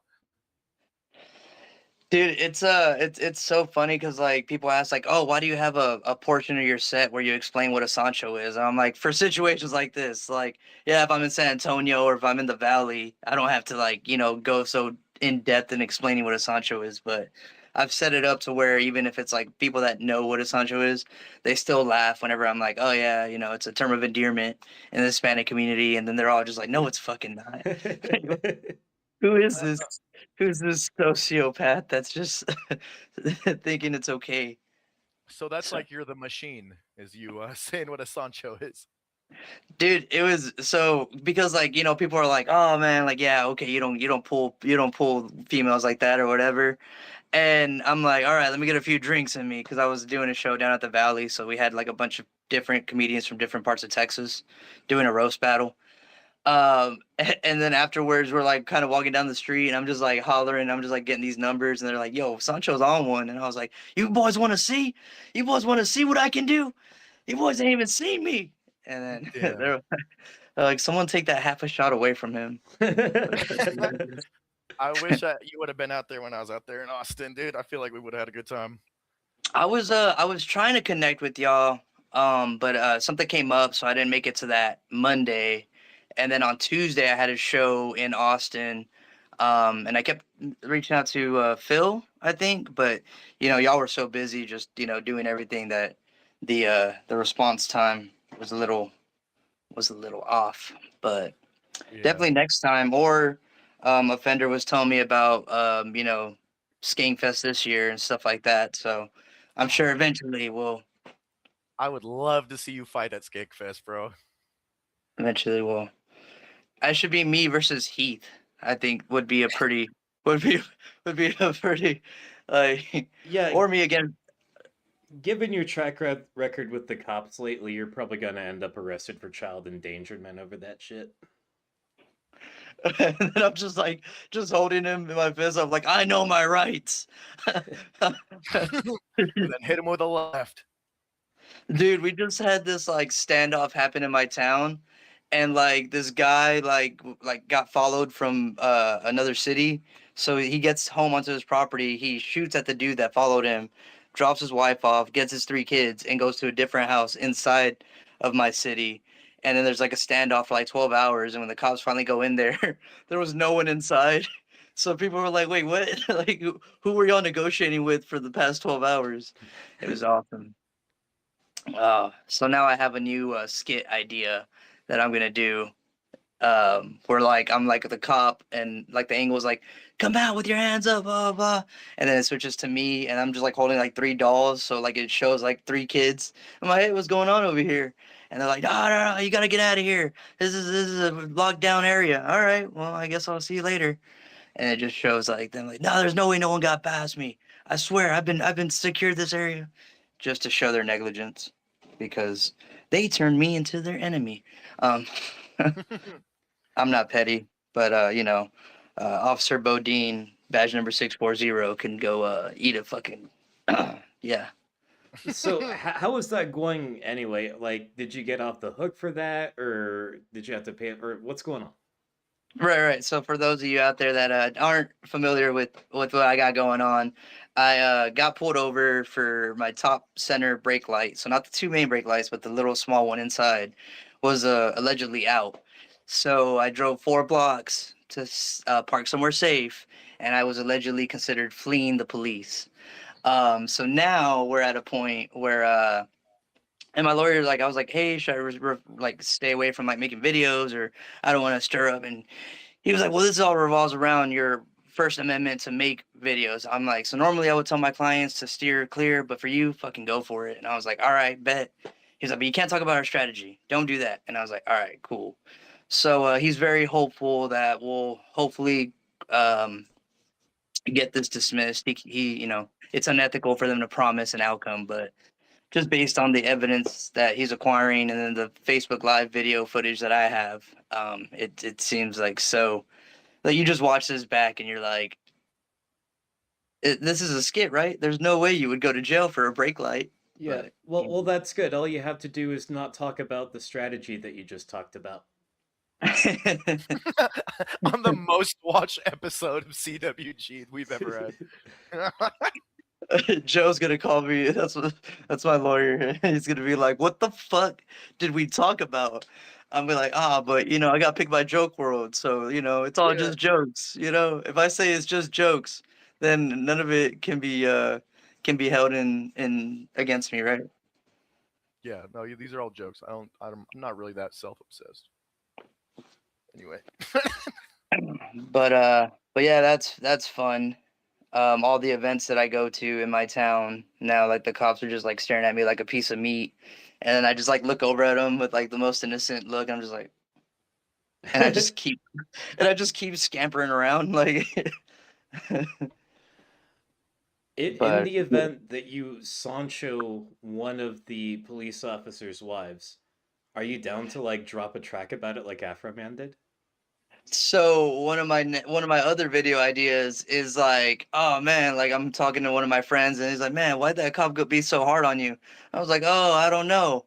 And then it like goes to like the night of the scene, and he's like, oh, I think this is the motherfucker that slept with my wife. Oh, I'm fucking taking his ass to jail. And then then the video starts. We're like, hey, why didn't you stop earlier?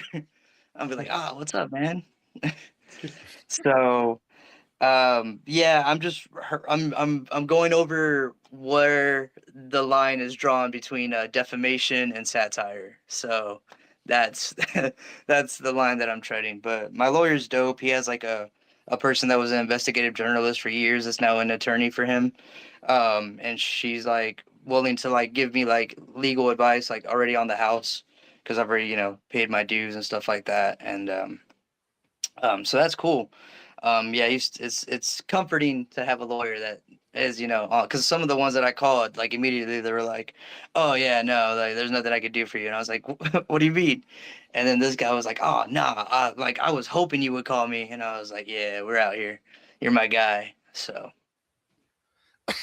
there's one of the homies out in Phoenix. This guy Ruben, I think his last name's like Gouliong or something. He was crossing the border to Mexico and got arrested, and now he's getting sentenced. And so his last night that he's free, they're doing a roast for him and a going away party. And I'm like, that sounds like the funniest thing ever, but I don't know if I'd want to be on the receiving end of that, Wait, so they let him stay for like a little while before they send him like back for good? Yeah, he's going to jail, and it's happening. Tuesday is his last night. Oh, so he's not from Mexico. Like he's a citizen. Yeah, he crossed the border and did some shit. I don't know what happened, If he was doing shit on the other side of the border, what's the problem? It ain't none of the U.S. cops. I think maybe he got caught trying to cross the border or some shit. So it was on our side. I don't know. He said you know what I mean? So wait. Okay, so he was caught trying to cross the border to Mexico, and then like the judge was like, that's not a flight risk. Yeah, let me go ahead and give you a couple weeks to get your affairs in order. All I know like is he's not gonna go for it again. Like, I don't know, but they're having a going away party before he goes to jail, and I feel like they're just gonna talk about him getting like butt raped and like. Dude, so I have like some new jokes that I'm working on, because like while I was like getting arrested or whatever, like I was like, what's he gonna do? Take me to jail again? So I'm just like roasting him. I'm saying all these jokes. Like at one point, he was getting down my contact information before he walked me into the jail, and he was like, "Oh, do you have any tattoos?" And I was like, "Yeah." And he was like, "All right, what do you have?" And I was like, "I got your name on my ass." And he just like stops like writing, and he like looks back through the grate, and he's like, "I'm being serious, sir." And I was like, "So am I. You want to see it?" And he was like, I'll take your word for it. And I was like, oh, all right. So then inside the jail, I got asked the same questions. And I told the jailer, I was like, yeah, I got your name on my ass. And he like busted out laughing. I was like, at least this guy has a fucking sense of humor. Yeah. And the cop was like, oh, I don't watch stand up. And I was like, I was like, well, I'm sure you will after this. So Yeah, And that's a very comedian thing to do. Be like, oh, something really bad is happening. Great, money. dude, like I remember someone else I was on with their podcast. They're like, "You're one of the only people I've ever seen to be so happy after an arrest." And I was like, "Nah, man. Well, it's just like it's a self-defense mechanism. Like the more serious the situation, the more the jokes are gonna come." So I'm doing a joke. I'm doing a 30-minute set right down the street from that police department on May 16th. So I'm opening up for 2 rock bands. So that'll be cool. Oh, And hell it's like yeah. literally like spitting distance from the from the police station. So I'm working out some material about this arrest that I can't wait to be able to use in such a close vicinity. And then That's in Austin. so I live in Seguin, so I'm considered a San Antonio comedian. That's kind of where I'm based out of because it's like 30 minutes from Seguin, and then Austin's like an hour and a half the other direction. Okay, okay.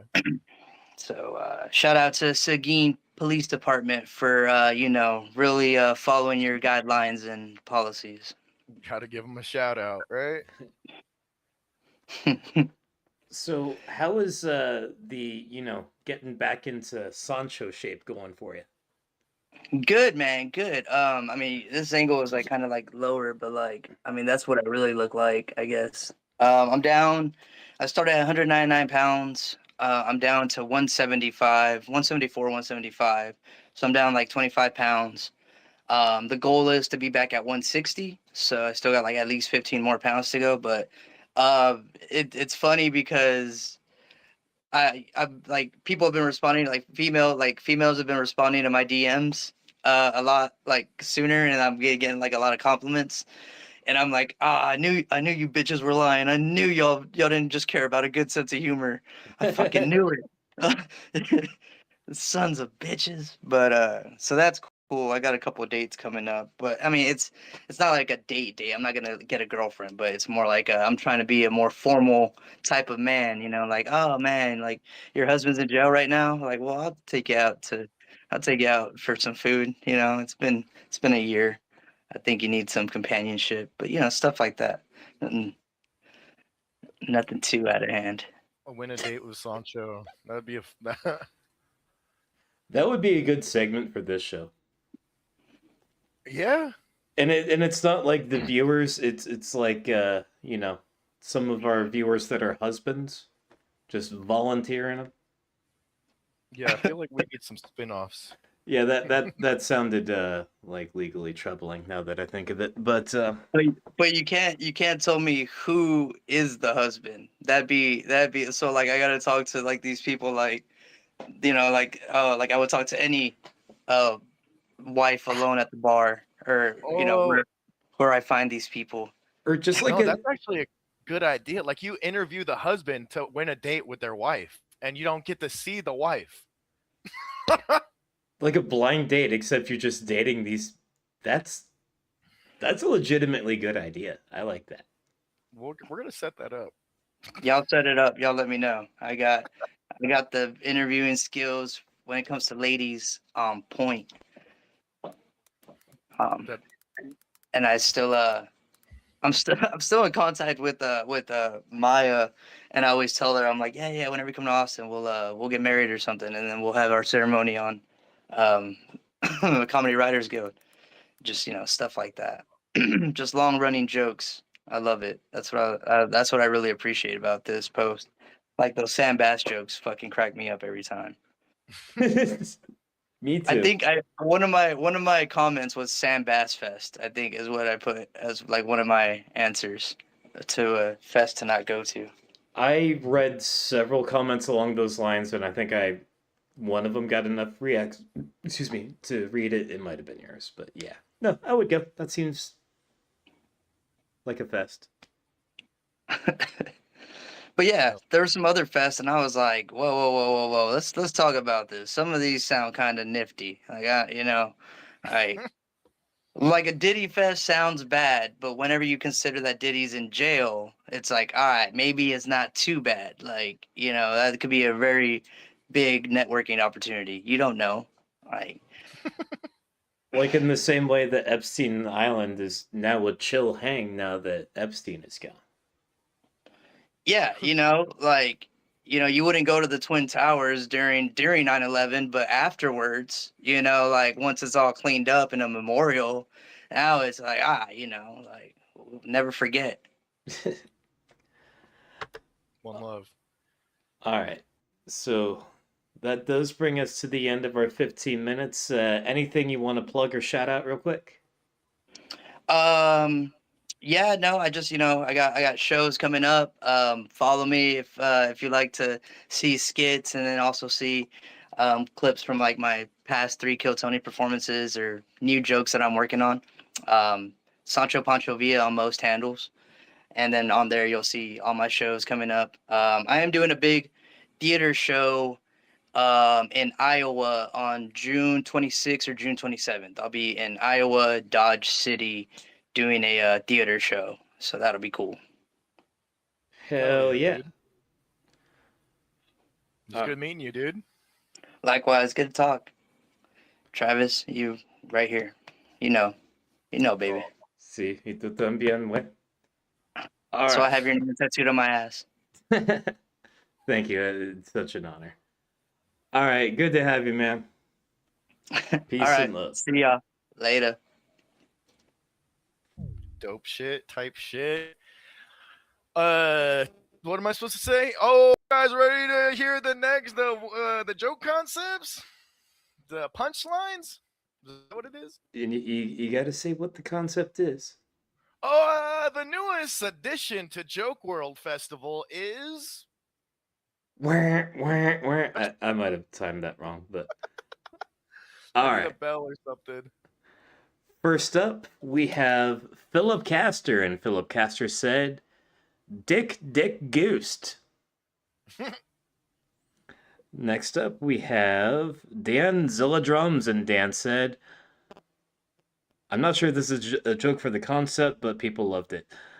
I love that Soncho's defense strategy in jail is to challenge all the guards to look at his ass. Dude is playing 5D chess."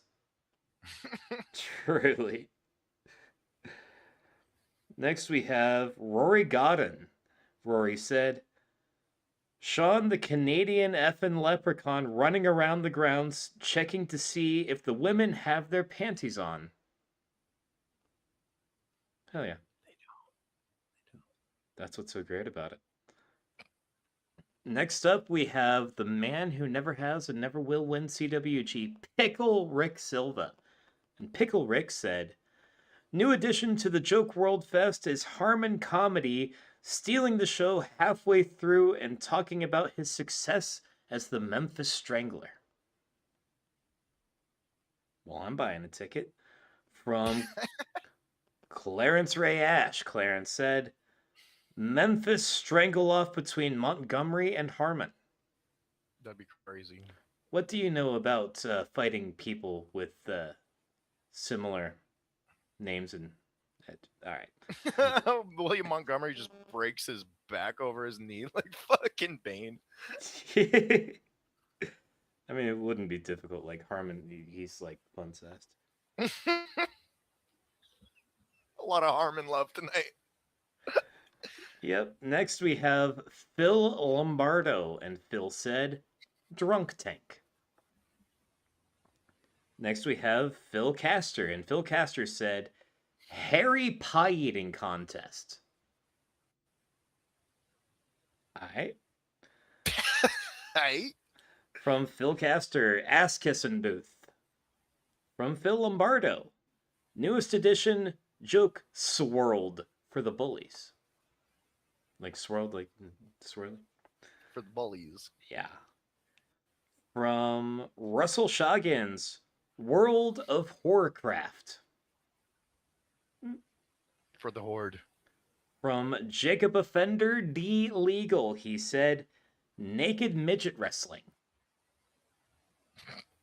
I'm into it. From AK said, newest edition is Harmon, but unfortunately, you must be this tall to enter, and he was turned away at the gate. Silver lining is that all of the comics will still get their full times.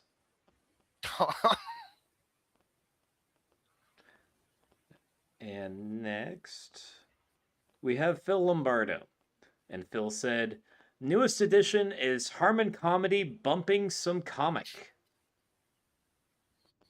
I'm not just some comic. I work really hard. From Clarence Ray Ash. Clarence said, the dunk skank with Louis J. Gomez. From Danzilla Drums, last one. Dan said, let's make this episode 6 hours. It might. All right. So let me see real quick if the winning joke is still the winning joke. And not hold my phone too close to the mic so it doesn't go wah. Oh, dude, just do that next time. We need the siren. We'll just do this. Oh, well, of course, now it won't do it. All right, so I love how when Joke WRLD is talking about technical difficulties, he had a technical difficulty. Yeah, I noticed that. Yeah, I just didn't want to interrupt him, but yeah. All right, so the winning joke with a total of 7 reactions is the newest edition is Harmon Comedy bumping some comic. And that was from Phil Lombardo. No way. Yahweh. Woo, woo, woo, woo, woo. And now I introduce the next one. Correct. This is a fun show. Good job on this. You're killing it, by the way, dude. You're a cutie.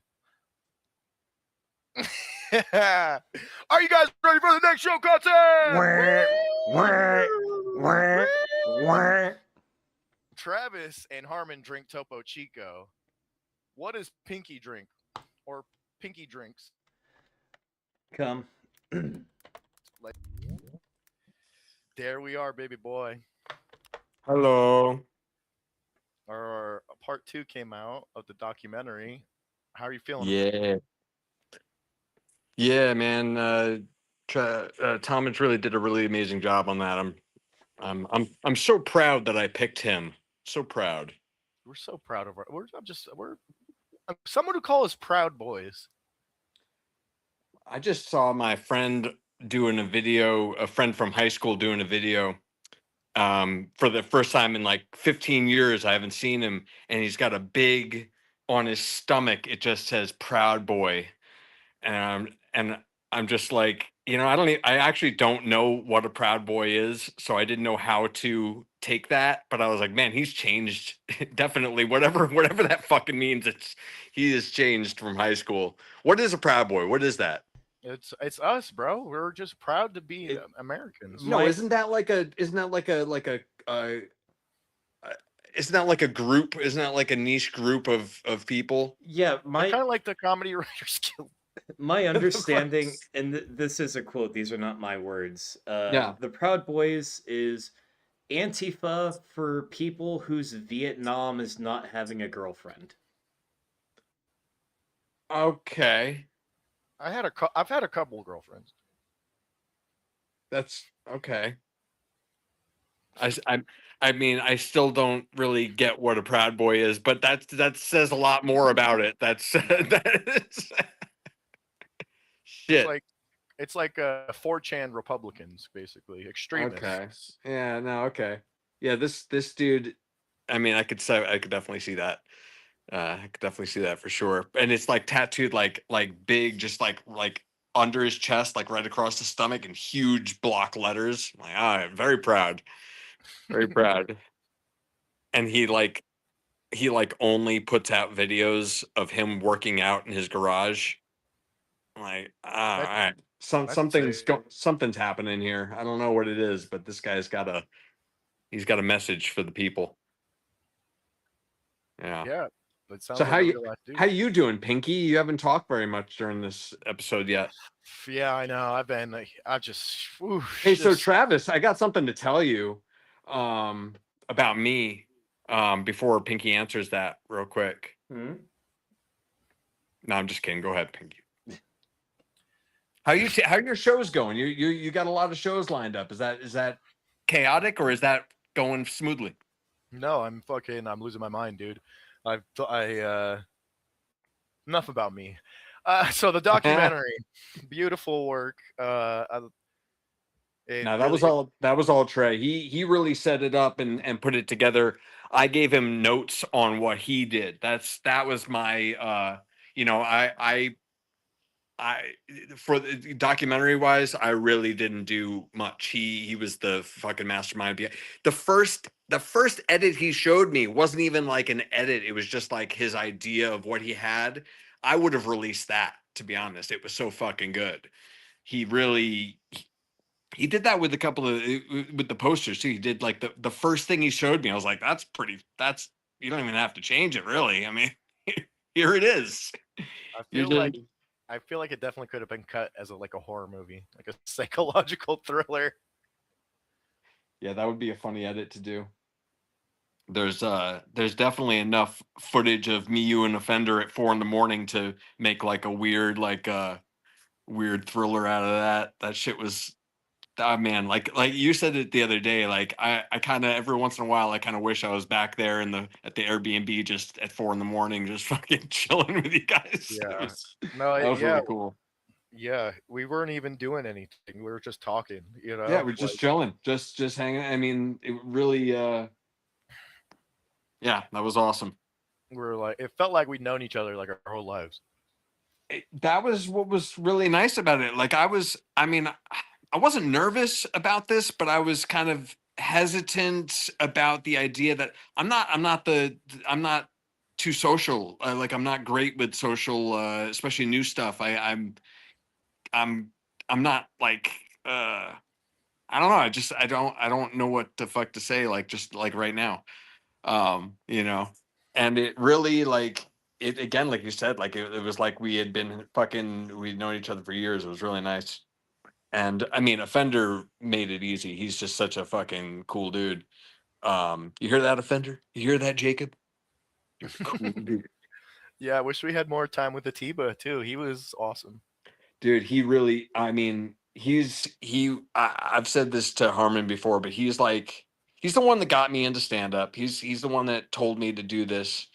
But he's one of the chillest fucking dudes that I've ever met. He's never got a fucking if there's something weird that comes up where he's got some kind of a problem, he literally just makes a joke about it, laughs, and moves on. Like he's so relaxed about everything, and we got along because we would just make fun of every other person in the room when we were doing background work for television or movies. We would be like, look at these crazy just egotistical actors doing their thing, just trying to make it. They're gonna fucking make it. They're gonna go over and tell the director, you know, I got an idea.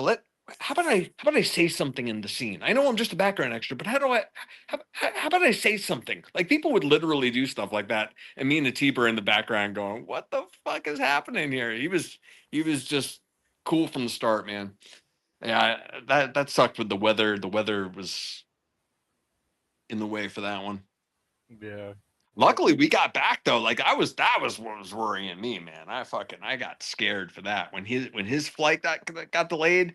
I thought either we weren't getting back to New York, or you and Nikki and Angelica were gonna get stuck in New York.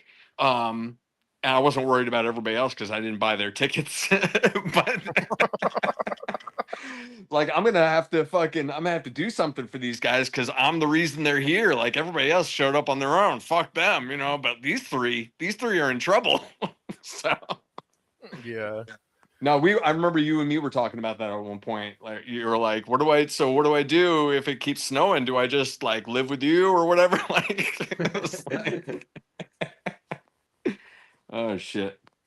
Yeah, I would be a good New York homeless. Dude, you know, you'd fit right in. You did fit right in New York. Enough you know? about me, by the way. What else is new? You- you eat anything good lately? What's you been snacking on? Yo, I just got some free bagels because I got to the bagel store right when they were closing, bro. Look out. Look No out. way. I bought a bagel. I bought a flat bagel with cream cheese. Well, to their credit, it was scallion cream cheese, so it's a little bit more. But the guy hands me it and goes $7, and I laughed at him. I was like, "Are you fucking kidding me? With $7?" And he's like, "Yeah, man, it's the flat bagel. Like it's more expensive. The scallion cream cheese." I'm like, "Dude, what the fuck?" And he's like, "I don't know what to tell you, man. I'm sorry." I'm like, "Well, I would have bought a dozen bagels if I knew a fucking one bagel with cream cheese was gonna be $7. A dozen bagels only $16, so I would have just bought that." And as I'm walking out, he goes, "Wait. You want some bagels?" I'm like, "I can't afford to buy another dozen bagels again." Like, what the fuck? He's like, "No. We're gonna throw these out. Blah blah blah." I'm like, "Oh, are you kidding me? Of course." So I got I've been just eating bagels for the last day and a half. Fresh off the bagel bush, Damn straight, bagel cart. handpicked. Yeah, damn straight, man. You ever make a sandwich with like a jalapeno bagel or something, like a jalapeno cheddar bagel? I had one of those once. It was pretty fucking good. But I'm not. Yeah, I don't live in like Brooklyn, so there's not too much access to those. Where these Italian Jewish neighborhoods only have the regular 6 kinds of bagels, and then they have a rainbow bagel for the outside crowd. For That's about the it. outside crowd. I'm sorry. It sounds like I'm being prejudiced here. I mean the outside bagel crowd, the ones that don't like the regular bagels. Those people get, they have their option. It's so stupid. We're getting back to what this podcast is about, okay? Damn straight. Homophobia up in the fucking CWG asshole. What's up? Fuck your fucking rainbow bagels. Don't bring them to Joke World Fest. Yeah, I had to watch myself with the first joke concept, the new fest. I had to watch myself because I'm already in trouble with Facebook for the last 2 episodes I made, or 2 episodes recently I made drug jokes, and I'm not allowed to go live or comment on groups or anything like that. Like, it sucks. Yeah, that does suck. Yeah. I'm like, I can't lose my Facebook. I've had that shit for so long. I was really lucky it didn't get canceled, because this is like my 4th in whatever the word is for that. There's a word there. Damn. Infraction. That's the word. Is that why the viewer count has gone down since we started? Oh shit. Sorry. That's sorry. That's just because you started talking. That's all. Sorry if you can't talk to your family anymore, but this is more important. Well, I don't know how the viewer count was before, but I'm sure it's not doing great right now, because we're just having the most entertaining conversation ever. That guy is pretty cool. What was his name? Jake? He seems real grounded and fucking. I liked what he had to say. He was you can see why his group is doing well. He's really, his brain works, unlike mine. Yeah, he's a sweetie pie. And you met him at Skankfest, you were saying? You like that was the first time you met him? Yeah, so I was corresponding with him for a while. Like when I first found his channel, I was like, "Bro, send me some stickers. I did stand up for the first time. I'm gonna go to all these clubs and put your stickers up, yada yada." And then I fought at Skankfest. They let me in the green room. I ended up running into him, and I'm like, "Bro, you're Joke World. You're going in the green room." I snuck him in the green room. I was like, "This is there's no way you're not going back there. I'm gonna just tell him like you're like a journalist, you're famous, we're gonna get you back there." And yeah, I did. That's awesome. Rest is history. That's awesome. Speaking of Skankfest, I hope to see as many CWG people there as possible. Make it happen. It's not hard. Just don't go to Starbucks for a couple weeks. You got the money right there. You gotta learn this. Can you do this? You gotta cross your thumbs. It's the Wait. What the fuck? Is that a circle? What the fuck are you doing? Yeah, I don't understand what you're doing. It's a circle with a cross in it. See, It's like the retarded Illuminati symbol. Yeah, it's supposed to be like the tattoo. It's supposed to be a circle with an X in the middle of it. But okay, my fingers aren't long enough. Your fingers are too small. That's all. Show me. Enough about my fingers. Hands. Look at my hand is a man's hand. Look at that fucking hand. Well, Look. do the thing. What thing? What are you talking about? Oh my god! I don't know what it is because I can't see what you're doing. Your hands are like morphing into one little thing. No, hold on. Let me see if I can do it here. Hold on. Everyone do it at home. Everyone's doing it at home, actually. Yeah, this is the interactive part of this podcast. Is that it right there? Yeah, skank. Yeah, yeah, Look you're out. perfect, dude. Look at Look, those fucking. look out. Illuminati, bro. Look out. We're Look ready. out. Yeah, now we're ready, bro. Now I'm horny. Oh, me too, bro. Me too. Me Too movement. Hashtag Me Too. Me too. Proud Boys. Me too. At CWG, we're all about movements. Oh shit, we're all about that group movement. What's up?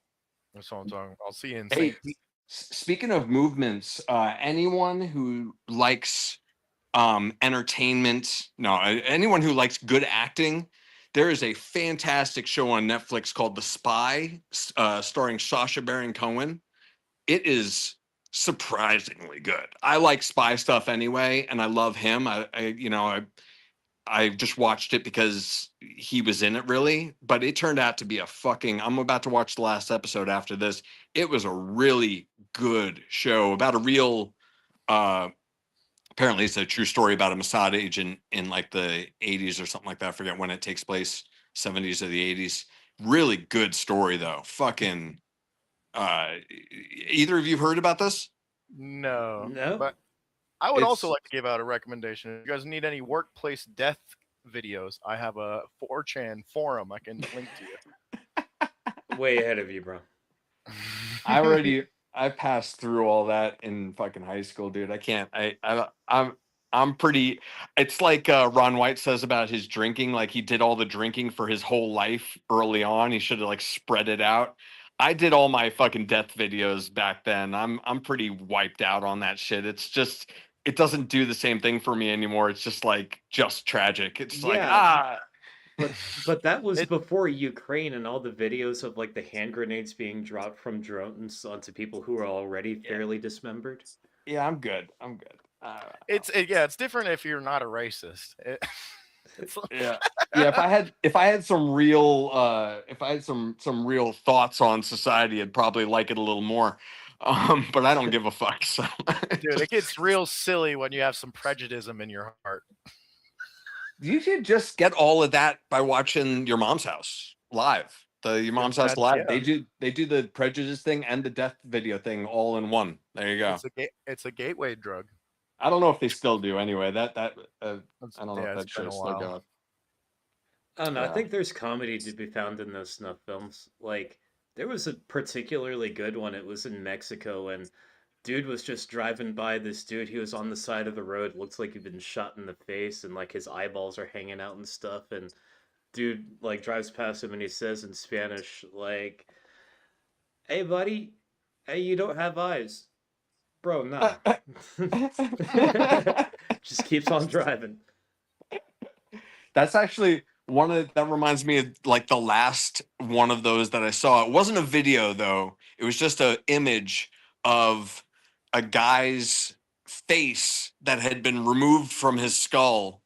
Just like the skin, like a mask. It looked like a mask, and it was on a pole, and it was sitting next to his body. And it was just like it looked like he was like holding a pole with his own mask on it. It's fucking crazy. They probably put that in his family's front yard or something. That's sick. I mean, it was down in Mexico. They do that real vengeful shit. They're fucking. Yeah, they don't do that in Utah. They don't do that anywhere else in the world. Actually, just in Mexico. Just in Mexico, they're just vengeful there. That's weird.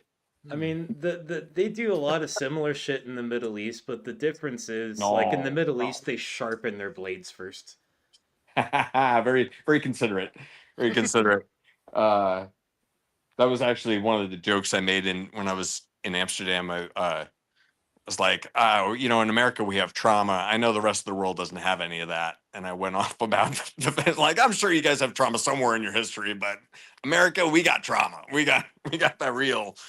We know trauma, and people hated that so much. They were like, "Oh, is he joking? He's not. He's joking. Oh, he's joking." And by the time they realized, they were just already pissed off. Oh. Anyway, thank you for having me on. I gotta let the next guy get up because we're gonna have 6 joke concepts tonight. Yeah, we will. It's we're doing a marathon. Fag Run 226. 226 isn't a year. That's not right. That doesn't 226 is a long time ago. That was way back. That's what, yeah, way back when I came up with this show. Yeah, anyway. Goodbye. Check out Barely a Documentary Part 2. Bye-bye. Peace. Thank you. All right, Travis, you ready to read these joke punchlines? Yes.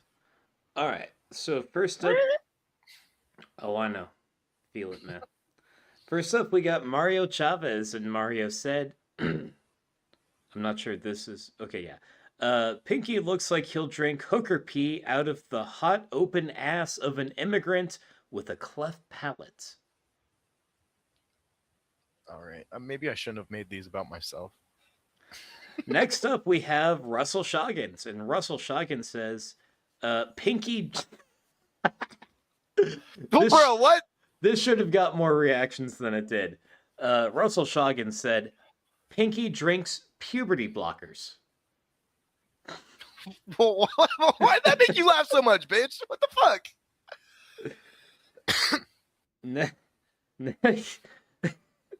Next up, we got Rory Godden. And Rory said, if Pinky's gay, it's probably penis colada.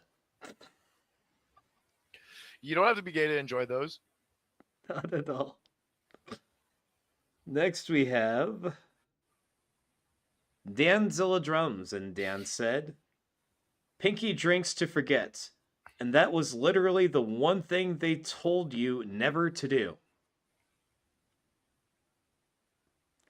And I forgot. Yeah. Next, we got Amanda Burns, and Amanda Burns said, Pinky definitely drinks maple syrup and chases it with dry-ass pancakes.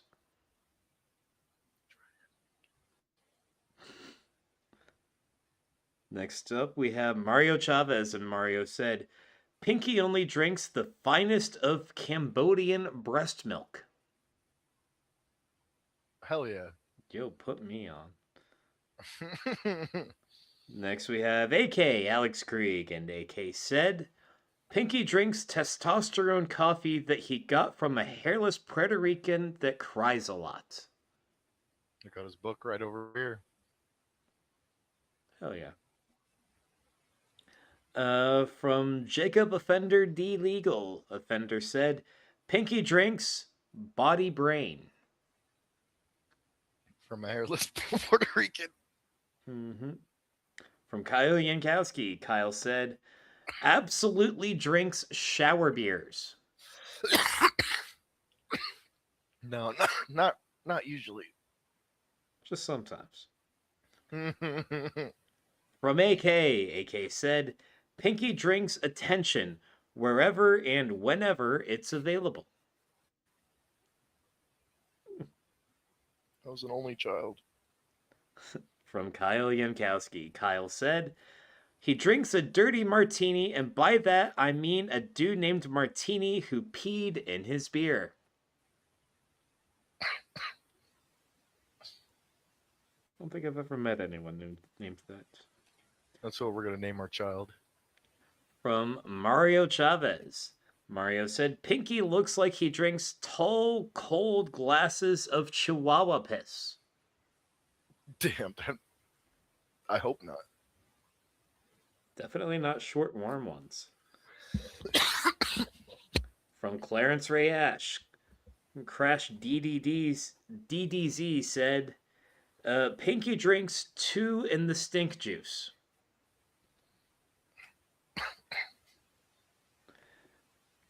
Yeah, that's one thing that I wanted to say at the beginning is welcome back to the podcast. 2 in the stink, 1 in the pink. But next up we have Lexi Nicole Lego, whose joke is one that is gonna. She said, Fago spelled Fag-O. Fago. Yeah, that. 2 in the jelly, 1 in the smelly. Might use that. All right.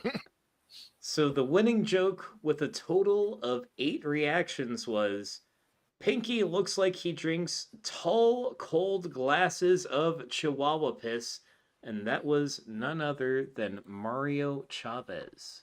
Oh, shit, should I get my dog? I literally have a Chihuahua. Yeah, I mean, let's see it all in action.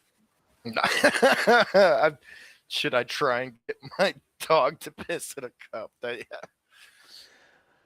All right, let's go ahead and introduce the next one.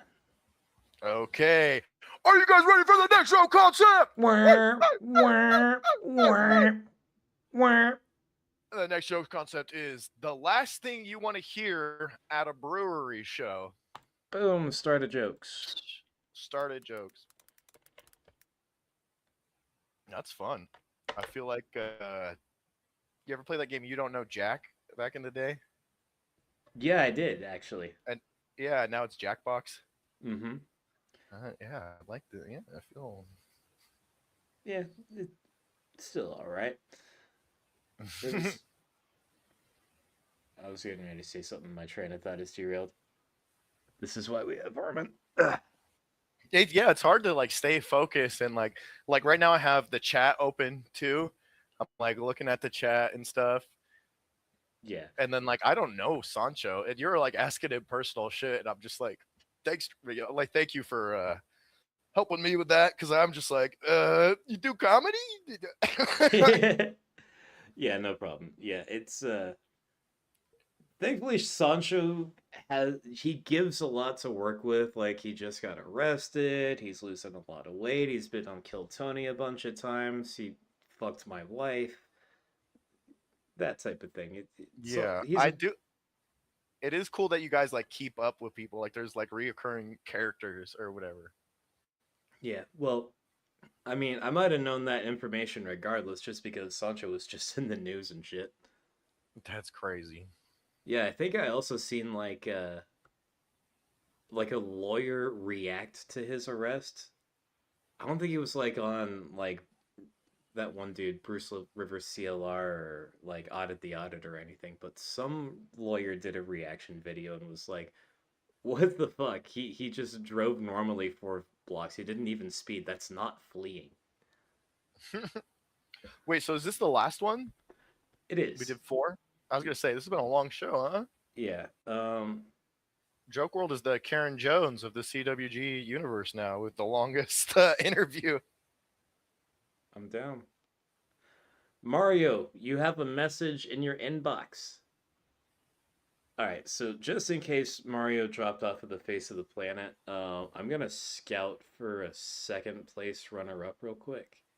Alrighty. Which I think I know who that is, but let me just see. It is currently 10:15. If we don't see his face by 10:17, I'm gonna go ahead and give it to 2nd place. Never mind. Uh-oh. Yeah, What's fuck up? you, whoever's 2nd. What's up, Mario? What's up, fellas? Is that a Cal Bears jersey? Fuck yeah. Hell yeah, I was born in Berkeley. Enough about me. Where are you located? I am located in Stockton, California, but I'm from the East Bay. Oh, okay. Hell yeah. Yeah. Stockton. That's sketchy. You're probably funny, bro. Probably. Nah, I'm a regular at the Deaf Puppy Comedy Club out in Manteca, which is like a couple of towns over. And then I'm about to do Tommy T's out here in Pleasanton, California on June 3rd. Nice, bro. Yeah, I've been meaning to come back. I moved from Sacramento to be out here in Utah. Oh yeah? Do you got like a concubine? No, I'm working. That's kind of what this show is. Fucking concubine. Yeah, shout out Lexi, shout out Nikki, fucking. Shit, I could only handle the one wife that I have. Jesus Christ, I couldn't imagine having any more. Soncho can help with that. Oh, dude, I lost my hair at fucking in my 20s. I would have lost it way before then. Then again, I wouldn't have been married when I was a kid either. That's just stupid. I smoke too much weed. Hell yeah, cheers! I'll smoke to that, bro.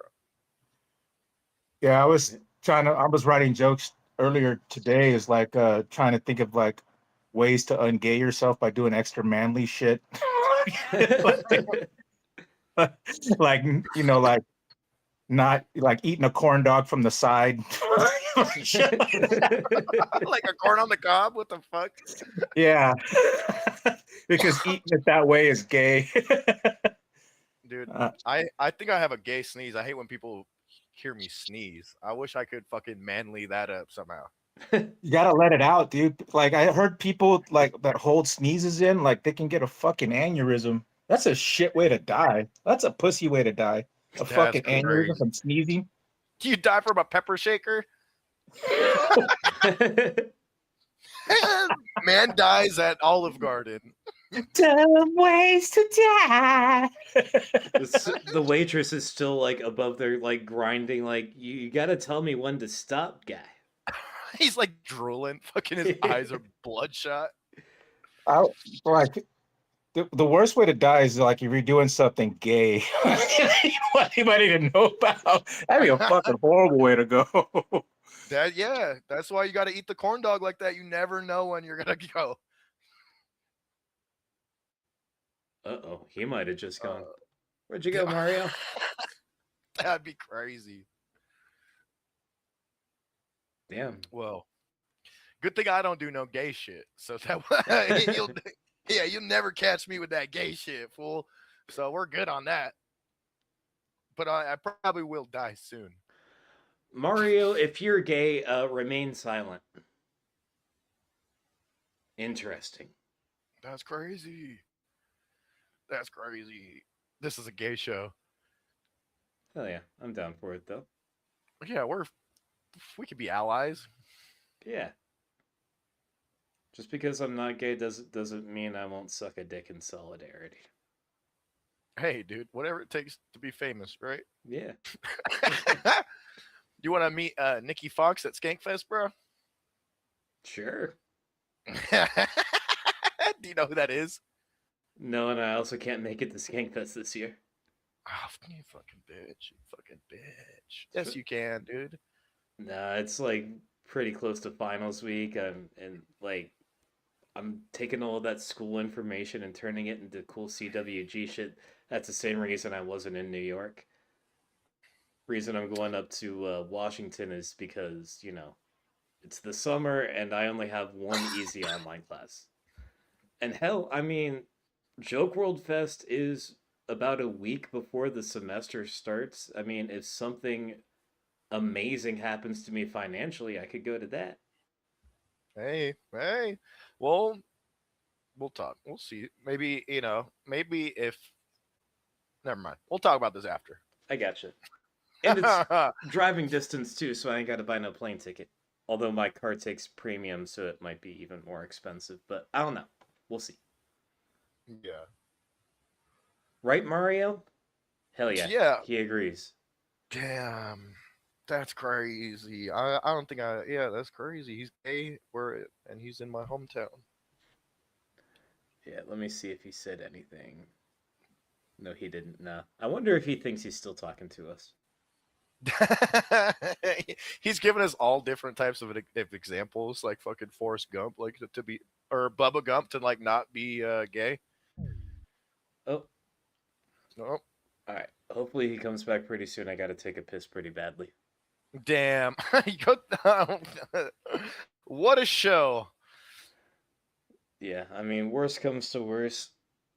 I got the Stanhope Cup here. Dude, I'll go get some Chihuahua piss. You piss in that. My dog will piss in me. Maybe we'll get some more, get those viewers back. 5D chess. Hell yeah. I love it. Dude, I know what I'm doing at Joke WRLD Festival. What are you doing? I'm sure there's a lot of Chihuahuas in Florida. Probably. All right. Hang on. I'm gonna let Mario know that it's Damn, I safe guess to we gotta- come back. Yeah, do we need the second guy? Who's the runner-up? Who is the runner-up? I don't know. We still got 7 minutes left in the interview. I'll go ahead and set an invite to the runner-up.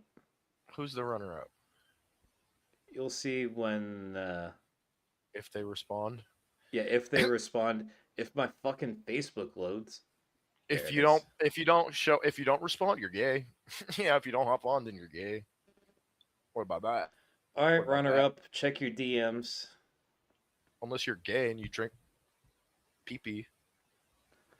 We'll have to ask. We're the Comedy Writers Guild. Comedy Writers Guild. We're gay and drink pee-pee.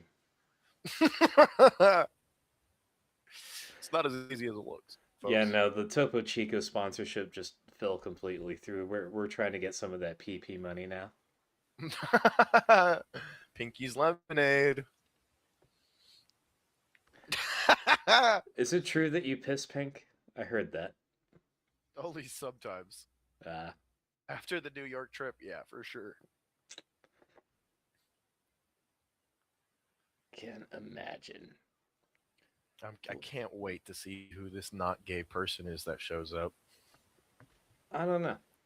This person is usually pretty good about... No, they still ain't seen it. Did you have any joke for the other concepts?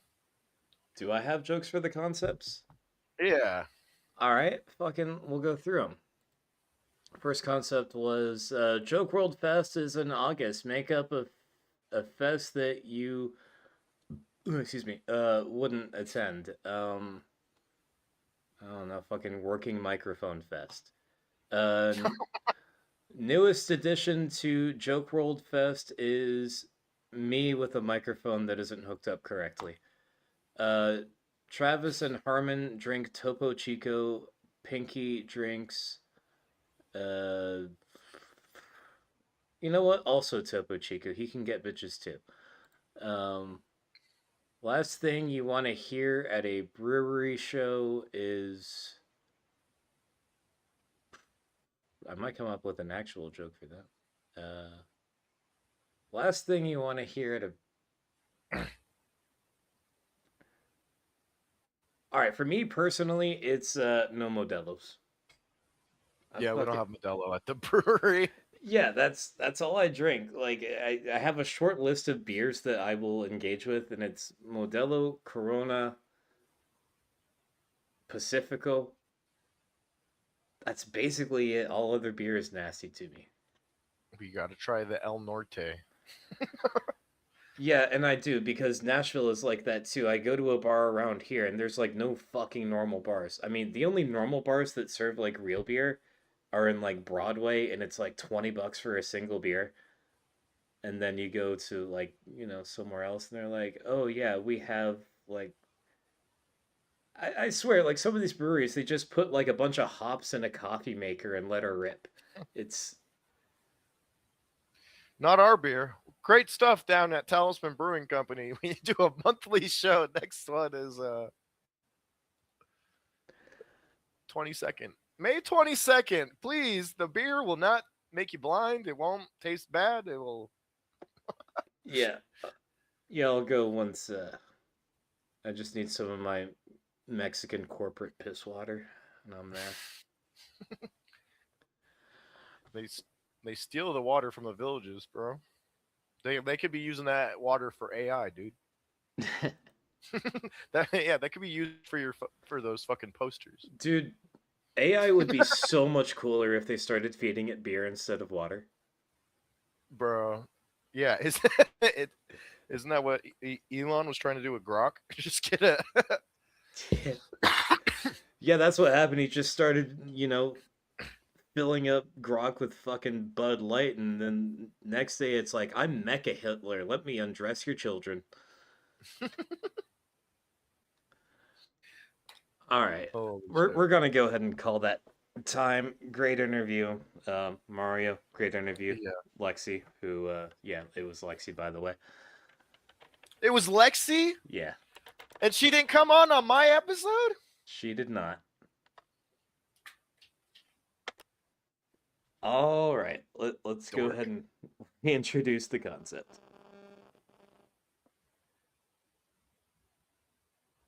Oh. The last thing you want to hear at a brewery show.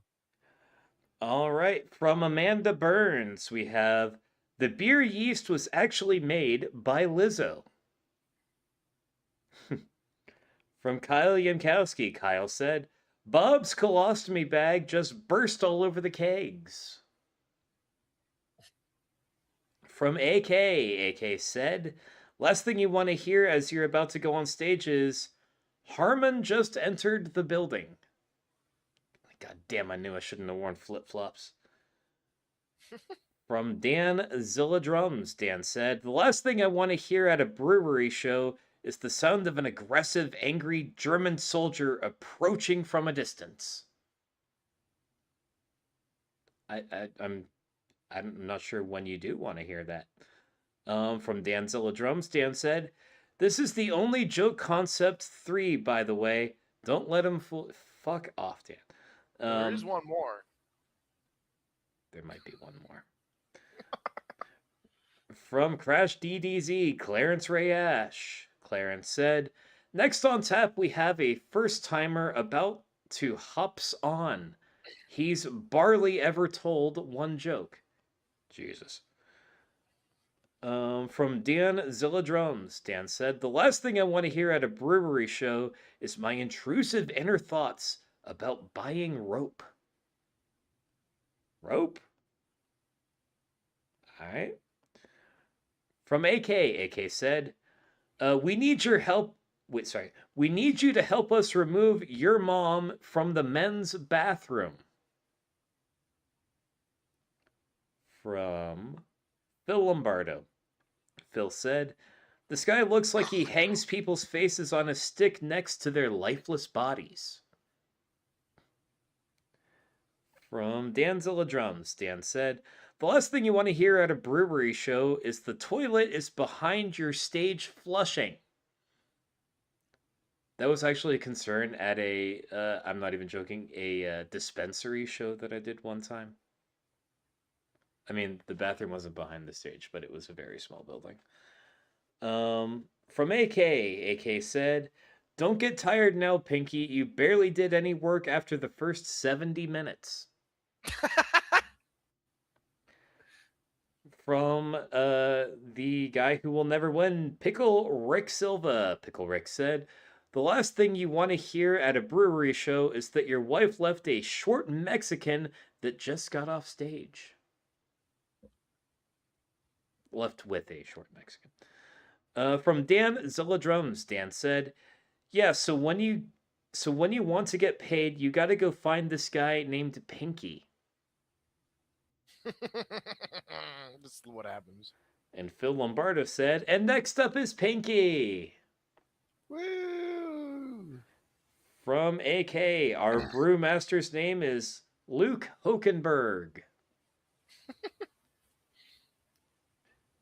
And that was all. All right, it looks like we had a bit of a tie there. Oh, wait, no, yeah, bit of a tie. Let me hit a refresh just to see if things are still that way. Bring them both on because our averages are not doing great right now. Oh, wait, no, hang on. This might have broke the tie. Okay. All right, so the winning joke with a total of 7 reactions was, we need you to help us remove your mom from the men's bathroom. And that was AK. Woo! Clap, clap, clap. All right, AK, you are getting a link. Let's see if he comes on. Are we doing one more or no? All right, guys, what do you think? Do you want to do a bonus concept this evening? Do y'all want one more? There's 16 people watching right now. Well, 17 since we said that. Well, they're going nuts. All right, we'll take that as a sign. What do you think about a bonus concept there, Pinky? Yeah, I'm down. I wrote 5. All right. What was the 5th one you wrote? The 5th and final joke concept. Pinky's hometown is famous for what? Boom. They're doing really good at the ones that pick on me. Yeah, they're just no actual. They don't even think they're writing jokes. They're just trying to be mean. It's a lot of comments. All right, AK, hurry up and distract Pinky so I can go take a piss. It's getting bad. First one was meth. Actually, so I not too long ago was going around like the Snapchat map. It's like a map of Snapchat, and you can like see various stories from various places. I scrolled over to Utah, kind of around, but not like in Salt Lake. And the very first thing I see, dude smoking some meth. Anyway, take it away. It's not my town. It's very close to it. It's adjacent. Enough about me, though. Where are you from, sir? Your town's like the kickstand for Salt Lake City, though. What does that mean? It's like the support for Salt Lake. It's where all the like not so pretty stuff is, like the industrial stuff. Yeah, and me. And the pretty stuff, of course. Yeah. No. It's been a great episode. What's up? I was saying, thanks for coming on, not being gay. Well, have we determined that yet? You know. Definitely. You established your dominance in New York. Yeah, it was oh, well, you're welcome, I guess. I don't know how to respond to that one, but thank you everybody for voting for the joke. It's been fun, dude. The comment section has been fucking, my face was hurting earlier when Harmon and you were on to early, man. My cheeks were hurting and everything, just from everybody going in on the comments. It was great. And then we could see like you reading them and like your tell when you had reactions to Yeah, I was cracking up. Definitely. Yeah, that's cool. Right on. I was like, dude, you're not making me look good right now. Stop that. There was a lot of love for Harmon today. That's funny. I said that's like he's so good at just like coming in and like handling the situation, you know what I mean? Whatever he's put in. Like even in New York, you can see that he's just like, all right, this is what's happening now. We'll fucking do it this way. I got the way I am. Yeah, he's a good dad. You could tell that he's like he's had to go through some shit to be where he's at right now. Yeah, he knows what he wants, that's for sure. But are you having fun with it? Yeah, it's been super fun. Jake texted me. He said, he was like, "Was that good? Was that okay?" Like, yeah, hell yeah, bro. I think that was perfect. I think everyone was super engaged. No, it was. Dude, sorry. I wasn't saying anything profound. Go ahead. He was more animated than I've seen him, because he's like delivering news and he's really good at delivering the comedy news, and he got in and found his pocket real early in the kind of the trend of that, or he was before the trend of it. Maybe he started the trend of it, but he was animated tonight, more than he normally is, which seemed like he was having fun. He's a fun guy. Yeah. We've had fun at Skankfest. I think that. Yeah, sounds like it's. Sorry, enough about me. I do think that he, like most people who are really good at what they do, was selling himself a little bit short. He was like, "Oh well, I'm just a regular guy and doing it." He is very good at what he does. Like I've seen a lot of various podcasts and news shows and other type of interview shows without my life, and he's really nailed it. Like he's really focused in on the one thing that makes a great interviewer great, which is, I promise you this is not a jab at you, Pinky, I was Just gonna say not letting somebody come in and take over. yeah, just letting the other guy talk, and like just making the interview about them, and like just be using a light touch with it, just saying what needs to be said to get the person being interviewed to give all of the information, which is rare. It seems simple, but it's quite rare. Like Who was that guy that everybody loved back in the day? That Nardwar and Bert stuff. Kreischer. yeah, Was that his name? yeah, Oh, I'm getting a call. Sorry. So he is like the opposite of that. Even though he was creative and he had his own thing, and he would, but it seemed like the interviews were all about, look what I did. Now look how deep I went into your thing. Now look what I was able to find. Now, oh, you say that? Well, look at this and look at that, and it was a unique, like, they were interesting interviews because it was like a unique way to, like, interact with the person and get them to kind of come out of their element. But at the same time, I like his style where it's just like, all right, here's a little like perk of a question and get you going for a while. yeah. And also, like, I'm sure you've seen hot ones like Sean Evans, another Yeah. great interviewer. Like, he would be a great interviewer even without the hot wings. That's pretty much what I I have was the doing. hot. Yeah. Yeah. I mean, when Harmon came in, Pinky just kind of let him go. Sorry. Yeah. No, man, okay. That was mean. what was mean? What? All right, Talk shit back or something. All right, let me turn this around on AK real quick. So, Yeah, as you please. know, at the end of June, I'm gonna be up there. So is the Golden Ticket Tour. So for like the better part of a week, you are going to be surrounded by other comics who recognize how funny you are, and we are going to peer pressure the fuck out of you to get on a stage somewhere and blow some fucking jokes. What do you have prepared? So, how long did you say that you'll be up here? For about a week, you said? I'm going to be showing up the 23rd and then leaving the 29th. So that sounds like a finite amount of time. I would suggest not wasting it trying to get me to go on stage. There's so many other activities we could do.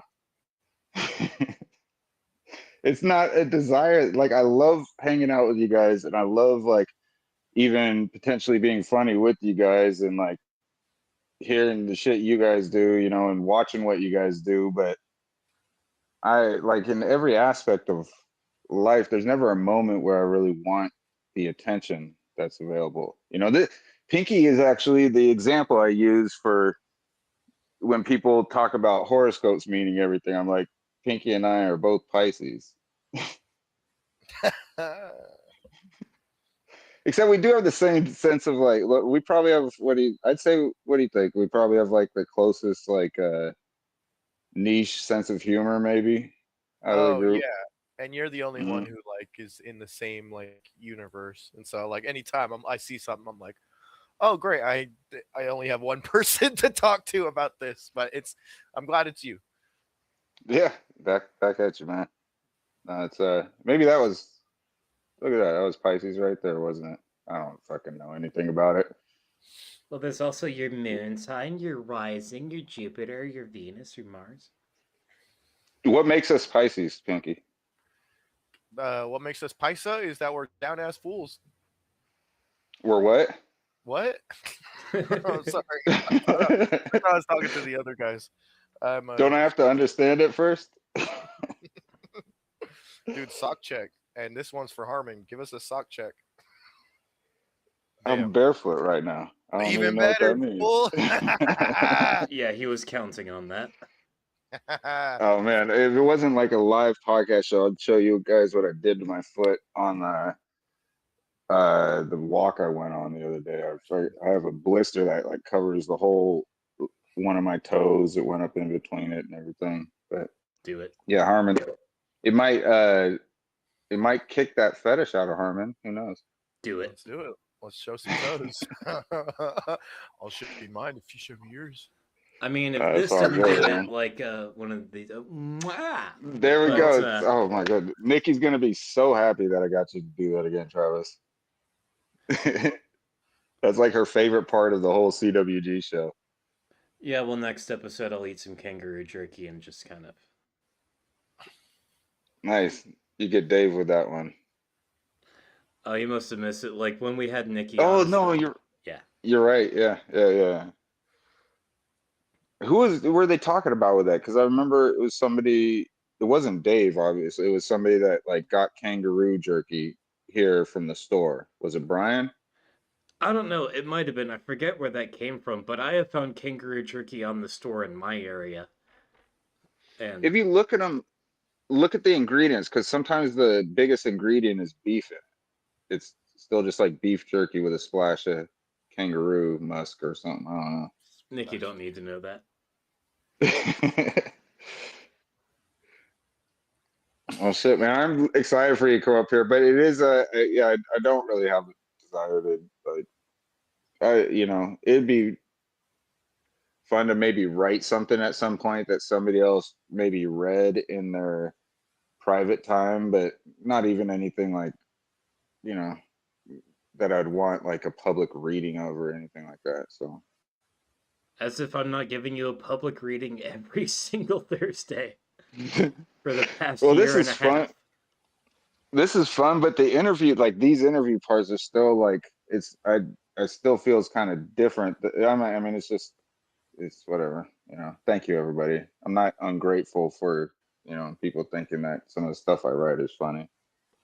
It's just, yeah, I'm sitting here grabbing my hand and shit, doing shit like that. What the Like fuck? wait for, like just, I don't know. Mr. Just Burns. in the comfort zone still. What's that? Mr. Burns ass. Hey, that's fuck. Just because my liver spots. Pinky saw the top of my head in New York. Now he's calling me Mr. Burns. That's fucking.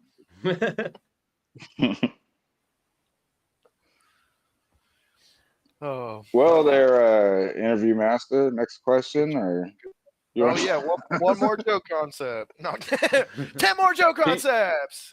Oh, Pinky's hometown is famous for what? Oh man, that's got that's got some pretty.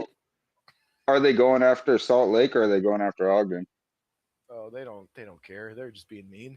Oh, just wherever Pinky's from, right? Yeah, like they give a shit. Yeah. Yeah, fuck that. I'm seeing a lot of nice stuff. A lot of real. Bet. I'd say Pinky's I would say Pinky's hometown is famous for being the only town to send someone to Earth.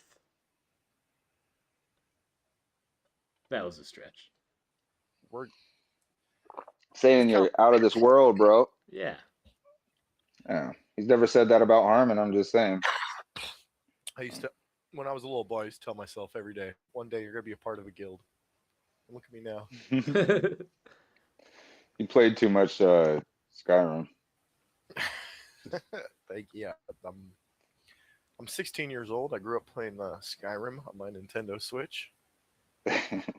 Low key, this is the Bard's College, but yeah. Low key, it's the what? Low key, bro. Type shit. Bard's College or Bard's Guild. What? Yeah, like type oh. shit. Like Not low actually... key, bro. Type shit, bro. Low key and type shit, huh? Yeah. Right. I don't know if you really don't get up to the Cloud District much, do you? No, is that in Power Rangers? Yes. Okay. If you were a Power Ranger, what Power Ranger would you be? Retired Power Ranger. Veterans Hospital. Yeah. I'd be the one helping the Power Ranger that lost his leg in a fucking cartoon fight or whatever it is. Well, I got caught up a long time ago drunk driving the Megazord, but you got your whole life ahead of you, kid. I was a Power Ranger before we even had electricity. Power Rangers, just literally deconstructing AC units for the copper wire.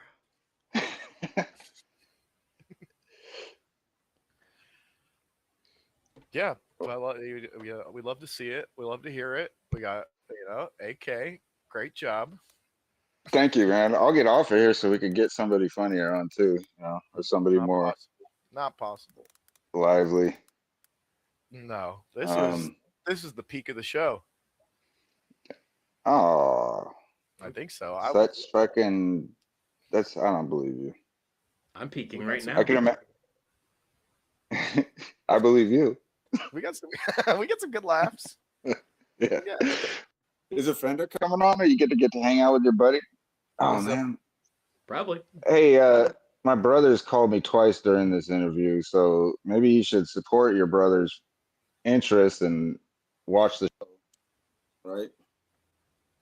So. Support him how? What? Oh no, I was talking to my brother who was calling in while I was. Oh, okay. Yeah, he's called twice, so. Damn, yeah. You're making him proud. To see a Oh, it's actually pretty important. It's actually kind of important shit. I might have to get going actually. I just remember what that might be about. Damn. All right. Well. All right, we're about to air AK's family drama live on CWG.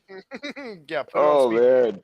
No balls. Yeah, but just add him into. Just send him a jitsi meet. Hey man, what the fuck? Dude, what are you doing, man? Fucking joke concept. Oh, dude. It's a great episode. You gotta get on here.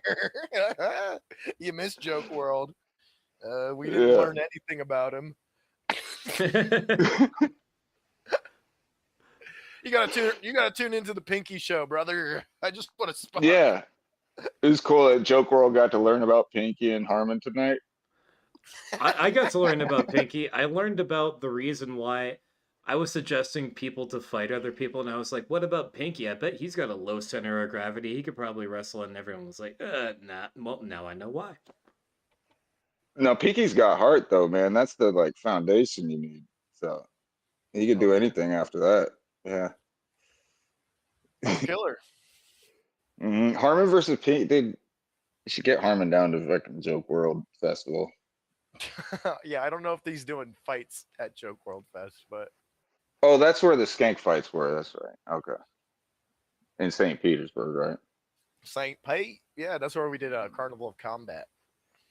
Are you going to Joke World Fest down there? Yeah, hopefully he lets me be a part of it in some capacity.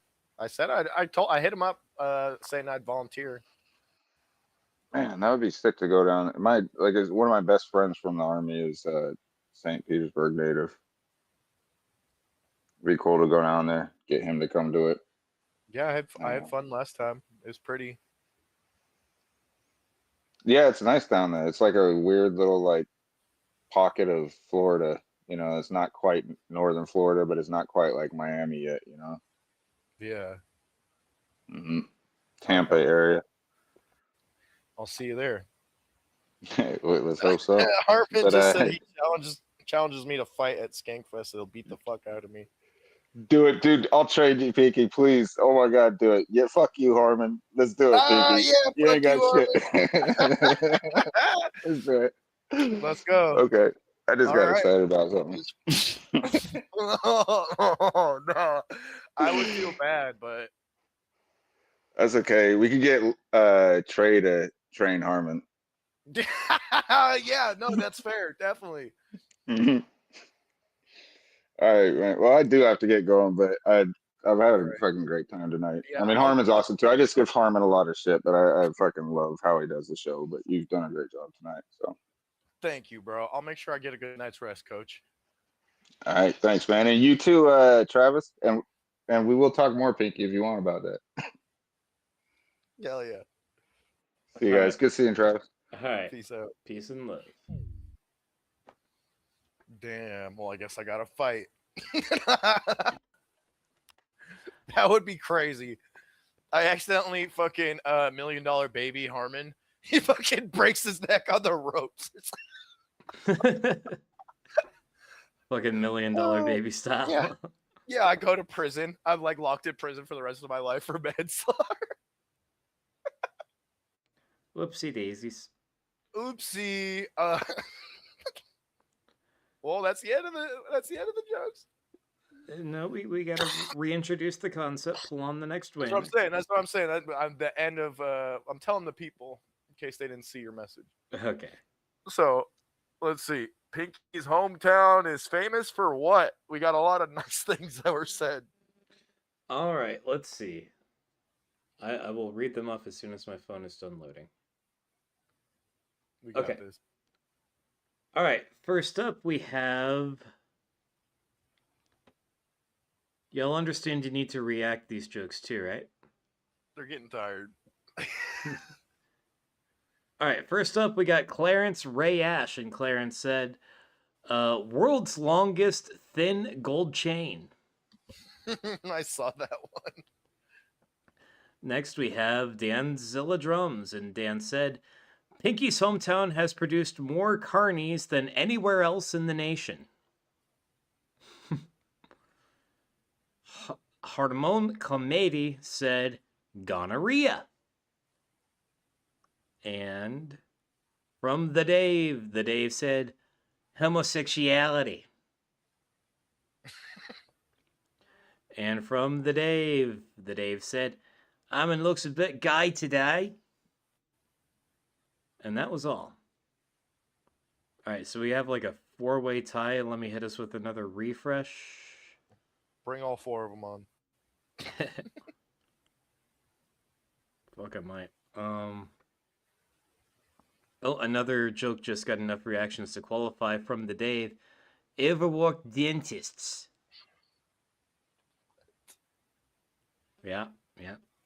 It's kind of a hallmark of my town, too. All right, so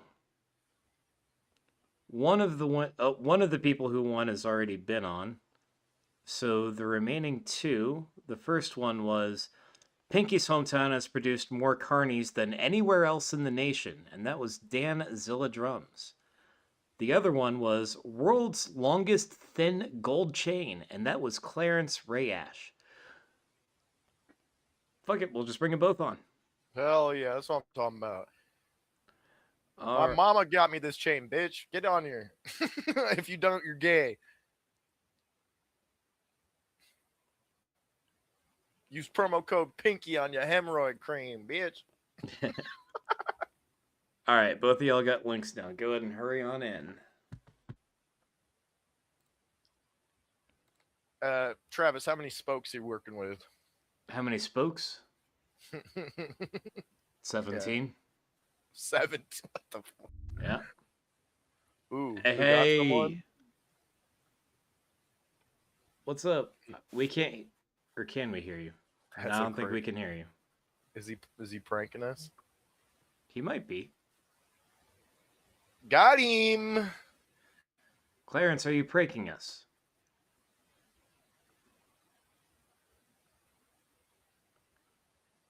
We need to get everyone on the same phone plan or something. We yeah. Forget Topo Chico. You guys got to partner with Total Wireless.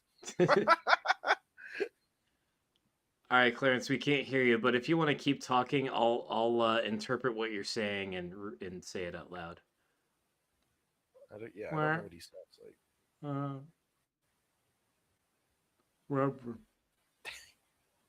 Well,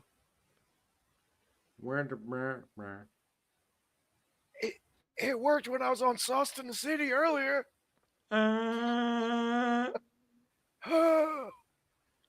It smells like Chihuahua piss in here. Clarence, if you want to hit us with a refresh, it'll probably work then. Hit that refresh. Enough about me. Let's talk about you, dude. Wait, is he the one that I had the thin chain? Did he say I had a thin chain? Yeah. Oh, never mind. We don't have to talk.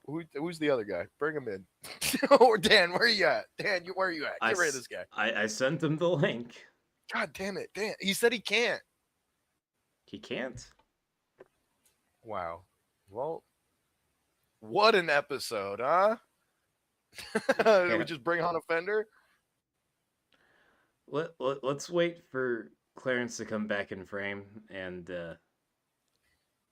it's 10:57 now. If he's not back in frame by 11, then we'll just move on. This has been a marathon. Yeah.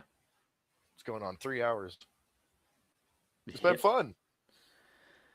Yeah, well, that's what happens when you have an hour-long first interview and then 5 joke concepts. Yeah, my feelings haven't been hurt at all tonight.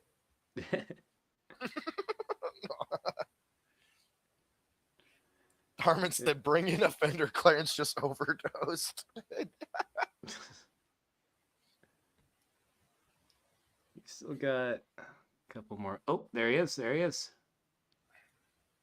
He got Narcan. Glad to see you alive and well, Clarence. This is crazy. It's kind of a shame. There were like actual questions I wanted to ask him. Like, did you hear that Kentucky Derby rap song that he wrote last week? Who wrote? Him, Clarence, Crash DDZ. No. That was dope. Yeah, he made a rap song. Like, he does it every year. He makes a rap song and includes like all of the names of all of the horses. Okay. Yeah. The one from Damn, this year. why'd I pay Crackamico for a song? I could have hit up this guy. Nah, he's dope. And like this past one that he just did last week, it was like some conscious rap type shit. I thought it was awesome. Like, I showed it to my coworkers and they thought it was sick too. Dope. Of course, I live just a little bit south of him in Nashville, so like Derby is a pretty big deal here too. Oh, here comes another Crash DDZ. Sick. All right. 2 for the price of 1. All right, can we hear you now? No. Are you kidding me? I know. There's no way. That's so fucking funny. What? What's the other? What did he do? How did he come in twice, bro? Do you know ASL? He doesn't even know where he is right now, bro. Look at him. Can you rap in ASL? Oh. I can't believe you guys brought my dad on here. That's crazy.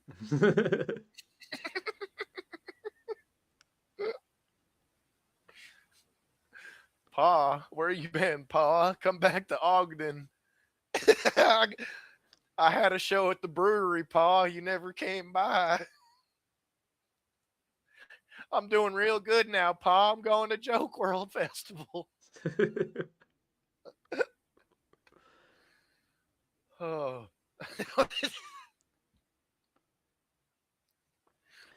In case you're new to the show, we do this every week. Please. Yeah, where are we at? See, Clarence here, also known as Purpley, had a baby with Yellowy and produced a Pinky. That's okay. We could do children's books. I don't know. I think my color No? theory puts a bit off on that one. Yeah, you must be colorblind or something. Hey! No way. Can you hear me now? No. What? And now he starts talking? No, sorry, Dan, I did not Check, hear check. a word. Oh, hey, we got Clarence. 1, 2, 1, 2. We hear you now, bud. Awesome. All right. Now we start the rap battle. My name's Danzilla, and I'm here to say.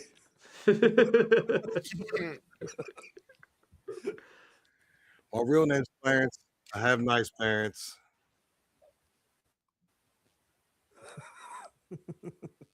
Dude. Oh my God. Check, A little braggadocious, but you know. Comedy Writers Guild, not with 5G. Pinky's out. Pinky's not out till his mom dies. How's it going? It's the worst Hollywood squares ever. It's slowly but surely, I would say. One of the best episodes. What's your comedic writing process like?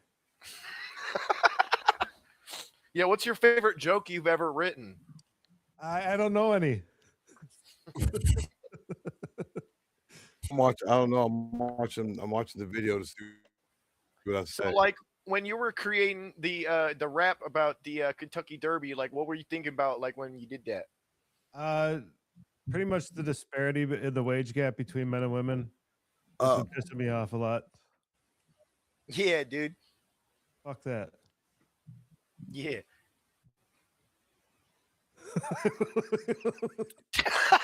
The Derby horse name.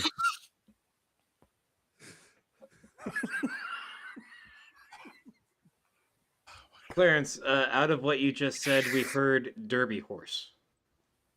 That was about it. I got a gun. I got a Terminator gun. Right. Oh man. That's the concept. So you guys lost count though. This is only the fourth concept. We have one more joke concept for the night. All right. Funniest thing about white people. Sound off in the chat. Go down. Let them have it. All right. Dun, dun, dun, dun. Funniest thing about white people. No, you're not. All right. Back on track. We're gonna run this fucker to 1 a.m. Oh my god, bro. Oh. Aren't you having fun, Pinky? Aren't you enjoying this? Don't you want it to go on longer and forever? Yeah, bro. I feel like we haven't accomplished what I came here to do yet. More time is more fun. Obviously, all these great things are going to get clipped out of fucking. I'm moved up from fucking porta potty duty at Joke WRLD Festival now. Now you can be like, hey, I interviewed you, so give me a spot. Come on, you know, and then just send that email, you know, every single day at the same exact time. Just like Sup, bro? start calling Sup, bro? it. Hey, I see you haven't read my email, and just lead with that every time. Can I get promoted to Chihuahua Wrangler or Camel Milk Thunder? Can I at least like set up the chairs? Start sending handwritten letters to your house. I don't know what the fucking big deal is.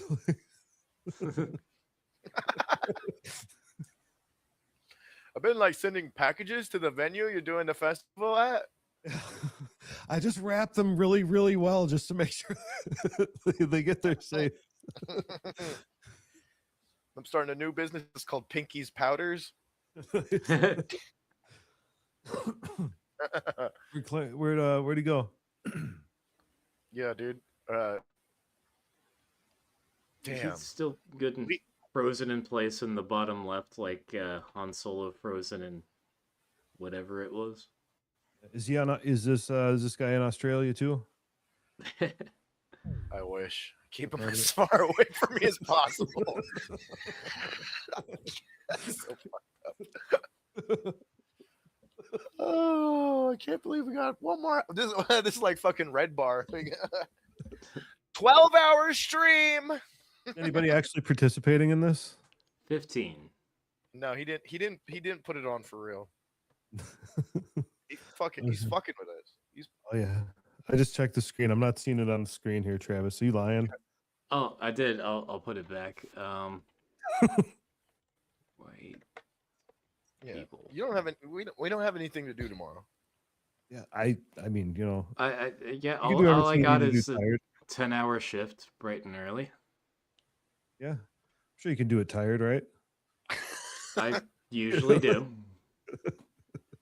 Yeah, What's the most wasted you ever been at work?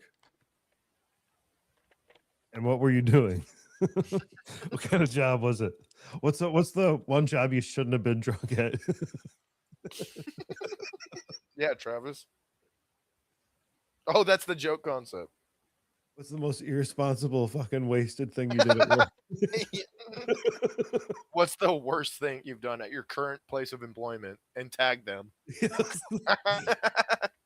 Drop that social security number in the chat, my friends. What's the worst thing you've done to a coworker, and what's their full name?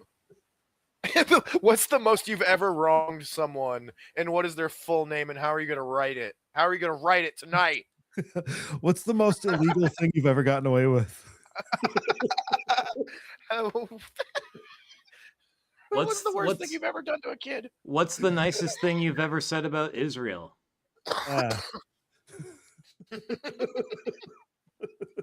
What's your favorite drug? Oh man. I actually Jesus have Christ. legitimate answers to every one of those questions. We're saving them for the card game. Well, am I just wasting time? You guys are supposed to be talking to offender. Is there actually another concept going on, or what's actually? I don't know what's going on anymore. No, offender is next. Okay. I'm sorry, offender. You're probably waiting to go on. This is stupid. I'm sorry. You probably have way more important and uplifting things to say. Dude, this is why I made y'all, this show. y'all know I'm not uplifting. I'm sorry, guys. We will. It's supposed to be a comedy podcast. It is fucking, I come on here and it's just like, I don't know. I'm sorry. I will learn to forgive you. Yeah. The guy wasn't making it any better either, but between the two of us, this last 15 minutes, people just watch this, and like, they're not getting that time back. They could have learned a skill. I fucked up the Joke WRLD episode. He's bad. What's your favorite fucking thing that's gonna take forever to talk about? Hey, what's your favorite Joke WRLD compilation? Me and you in the ring, Zilla Drums. Hey, that's racist. Me and you in the ring, Zilla Drums. That's Kind of ring. Bro. Why would I? All right, What's up? we got 2 minutes. 1 minute apiece. Rap battle. All right, Clarence, you go first. I already said my piece. Zilla Drums, man. I'd rather hear some Dilla drums. All right, what you got to say to that, Dan? Your turn. I'm gonna give you a John Cage verse right now. Ready? You're not man enough to let me out of this cage. That's a deep, dumb joke.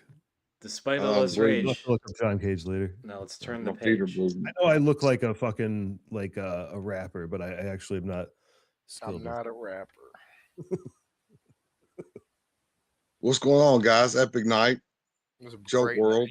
night. I fucked everything up, dude. No, you're awesome. Pinky actually was hoping to interview. He wanted to ask you, what's your comedic joke writing process? My comedic joke writing process. Just day to day, something strikes me, throw it in my phone, keep typing it for a while, change it around. You got like probably about 40 notes in my phone, 50 notes with just joke farms in them, little parts. Take the best ones and I'll say this is a set and try to put like 5 or 6 of them together and work in a good segue in between each one of them. You hear that, Sam Bass? Dude, But Sam Bass better be his fucking DJ name. Right. It's like that fish on the wall. In that name. It's like that fish on the wall. It's like, take me to the water. Drop me in the river. Is that what Sam Bass is? That's what that is, right? That little fish that was on the wall. Is it Billy the Big Mouth Bass? Oh, Billy Bass. Okay, so that's who he's Tony Soprano. Yeah. He like do all kinds of crazy shit, but he'd like see that fucking moving fish to just like lose his fucking mind. No, they actually came out with a version of that fish that's like hooked up to AI and it would like give AI response. That's Sam Bass. Yeah. Hey, I'm watching you. You want some baby? Fuck. Hey, I'm floating here. I didn't even watch it after I made the song about it. I didn't even watch the actual race. Yeah. But, the song's pretty cool. A lot of people are digging it and checking it out. I got to, last night I went to a hip hop open mic here and rapped 2 of my old school crews, Grimy Rhyme Regime and Unstoppable Sound Agency was together. They did like a little throwback show for two people that were in each group that had passed. So they kind of did like a memorial for 2 different people from 2 sets of groups. And I got to go rap there. And I'm the only person that's been in both of the rap groups that was there and stuff. And it was cool because B Still from Nappy Roots came in Nice. And I got to tell him about the Derby songs and how last year's was about the Derby horses and Louisville hip hop and how I mentioned Nappy Roots in it. So he went and checked that out and followed me on YouTube last night. So that was cool. Fuck yeah, dude. I don't know if you heard me say, but I showed your song, like this most recent one, to a bunch of my coworkers. They thought it was fucking Cool. sick. That's dope. One of the coolest things happened with that is a couple of years ago, remember a horse threw one of the trainers and it killed her. And I said, Callie Witt, Too Young to Die in the song or something like that. And some people from her immediate surroundings reached out to me and told me that that part was cool. Fuck. No, I didn't hear about that, but that is cool. Yeah, it was a couple of years ago. Like one of the horses threw a trainer or something and they died. It's kind of like And it's for comedy. No, but aside from that, man, like I was gonna go to my buddy's comedy new night that he started at his bar. It was night 3. I missed last night for the Derby, and then tonight I was kind of tired. I was going to do both, and I was like, nah, I'm not going to mess with it. I want to check out Joke WRLD tonight and see how that goes because I love the cast. I love the monthly roundup, just showing me who was where. I don't know if he'll do it or not because it's not really comedy, but have you guys been paying attention to any of the new RZA podcast appearances? No, I don't think I've seen him on a podcast since he did Rogan. He's on a bunch of stuff right now. He's on a tear. He's on like a little stretch of stuff. They And call dude, me the Jizza. they're making me better. The RZA stuff, they're making me a better person. Just listen to his stories about ODB and shit like that. Hell yeah, I respect that, dude. Yeah, what's the one? Oh man, Schultz. What's the guy? I'm trying to think of. Flagrant. Yeah, Flagrant. His appearance on Flagrant. Peep it, dude. It's not comedy, but it's if you're a Wu-Tang head, it's informative and all the interviews I've seen him on a bunch of stuff, and he's going in depth with details about all these Wu-Tang stories. And there's another somebody else was interviewing him. They're asking him if he can name all the affiliates. You know what I mean? They'd be like, Shorty Shitstain. Oh, that's my man from Park Hill or whatever. You know what I mean? It's just it's dope. He's on a tear of like good appearances. Look for RZA's new run. It's good shit.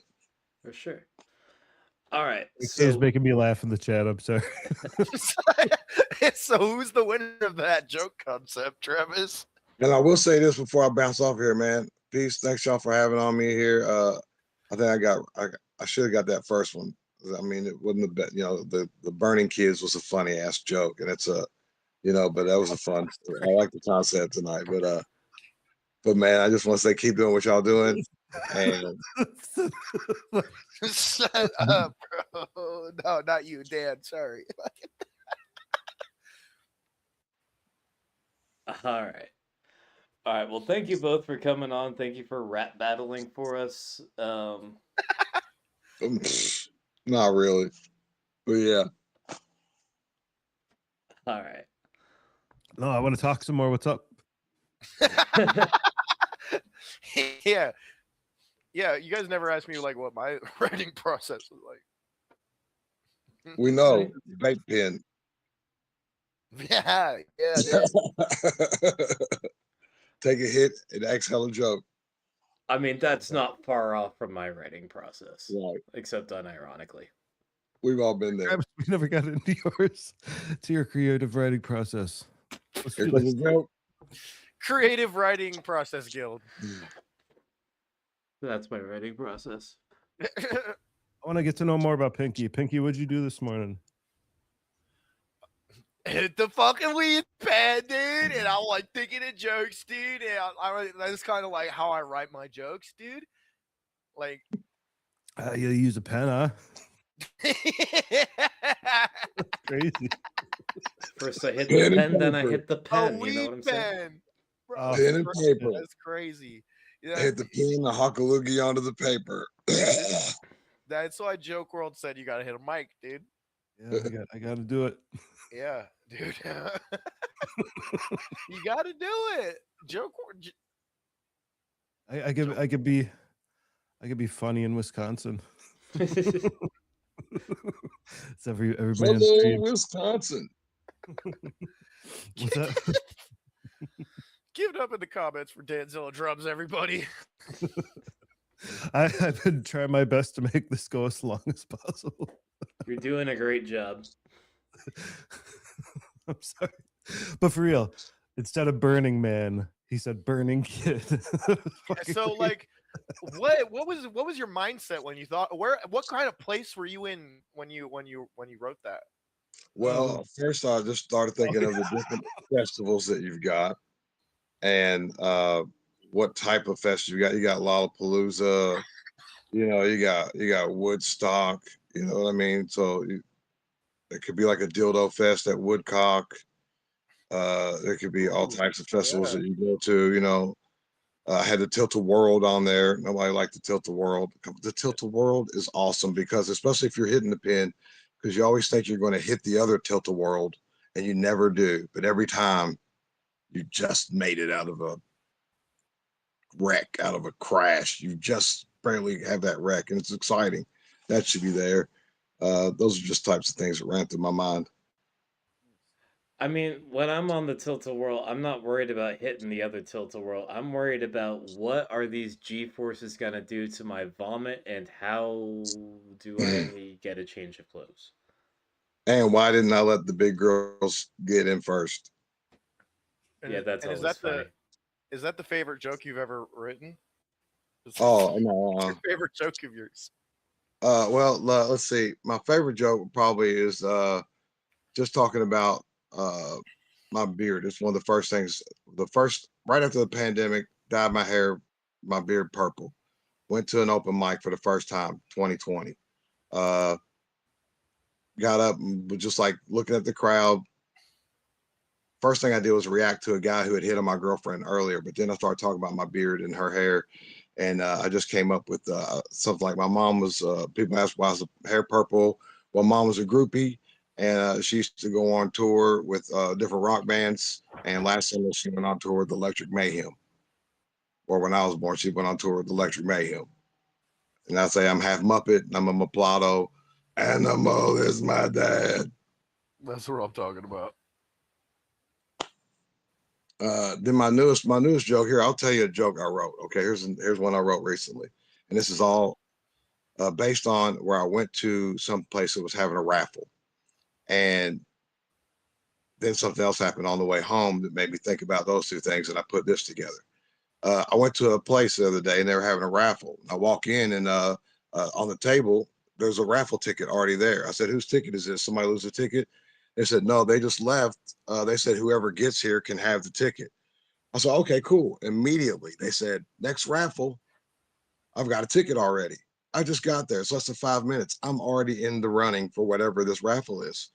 They call my ticket number immediately. Less than 5 minutes, I'm a fucking winner. I go up front, I get my prize, and it's a brand new pickleball racket. It's a $300 pickleball racket. I've never played pickleball in my life. I don't have any intention of playing pickleball. This grand winning concept immediately turns on me to be a big burden. Now I'm walking around through the crowd. Everybody, "Oh, you got a pickleball racket. You play pickleball?" "I don't play pickleball." "Well, now you're going to have to start playing pickleball. Me and the wife play here. You should come here and play. That's a really good racket. You ever heard of that brand?" "I don't know shit about pickleball. I haven't heard of the brand." I'm pissed off now. I'm walking through the event. I'm mad. I go out to the car. I take this fucking pickleball racket. I put it in the passenger seat. I'm driving. I pull up to the red light and I look at this thing. I should appreciate it. I want to appreciate it, but I can't. It's burden on my life right now. So I look over and I see a guy in the corner. I reach the hand out and I say, "Hey, take this." The guy goes, "What the fuck am I going to do with a tennis ball racket?" I said, "I don't know. Your sign says anything helps." Yeah. So I'm writing. Hell yeah. And I've been to some shows and got that one. Got the other one that I thought was fun lately is talking about dating and how I'm new at it for like the first time in 20 years. You know what I'm saying? Like I was with my baby mama for 12 years, maybe 2 months single, with a girl for 8 years. Now I'm 8 months single. but I'm not going to go on these dating apps. You know what I'm saying? But on Facebook, I did initiate the dating app on there. But I'm really mad at it because I'm looking for girls and it's offering morals. These bitches are haggard. But I did finally meet a girl. I go out with her. We're at supper. I ask her what she does. She says she's a RN. This is 420, so my mind might have been a little fuzzy. I just couldn't think of what is a RN. I said, I know what the R word is. I know what the N word is, but you can't do that for a living. I'm writing. I'm glad we stuck around for that. That's fucking awesome. Give us another one. Weren't we discussing that earlier? I don't remember if it was like on the air or off the air, but we were having. Just gained like another 20 minutes. All right, yeah, we have been running this interview for over a half hour now. Now, I did a granted, better you job. were I'm not active. talking. Hey, wait. I did a way better job of letting the guests talk. So you did. Yeah, it's your call, Pink. If you want to hear more of it. Sorry, I'm doing a good job. I'm a fan of the cast. I'm a fan of the show. I'm a fan of Harmon, but he fucked up the momentum. You're doing great, Pinky. Oh, thank you, bro. I appreciate that. Holy shit. I love the word haggard, by the way. Thank you. Yeah, that was a good one. Yeah. I'm looking for girls. They're offering merles. These bitches are haggard. Is the fender still awake? Holy shit. We'll see. The Dave said I'm a shit host. Fuck you, bro. He was about to come on right before I Hey, if the fender's asleep, just buzz his ankle bracelet. Offender was about to come on here right before I came on here. He's like, all right, I'm ready. I'm like, come on. Somebody page his ankle. I don't know, was like 30 minutes ago. unless it's How like an long is the Israeli longest- ankle bracelet. I'm sorry, Offender. We're I about wanted to correct see how long we could push this. Now he's the offended. Oh my god. 3.5 more hours. We're Let's doing a go. 6-hour show. Yeah, let's marathon One this. more topic. Tell every single person leaves. All right. One more round. Thank you. It's been wonderful to have you both on. Offender said, yo, motherfucker. Hey, wait, I want to hear one more joke. Send me my. Oh, wait, hang on, I fucked up. I'll see myself out. Have a good That's one. crazy. No, you won't. Good night. All right. Let's go. Woo. Dude, do the award show. Can I get a host of the year? We'll put it up to a vote. All right. And next we are going to have Jacob Offender D Legal. Woo, woo, woo, woo, woo. Allegedly. Hey. That's what I'm talking about, brother. I look all weird. Why do I look weird? All right, there we go.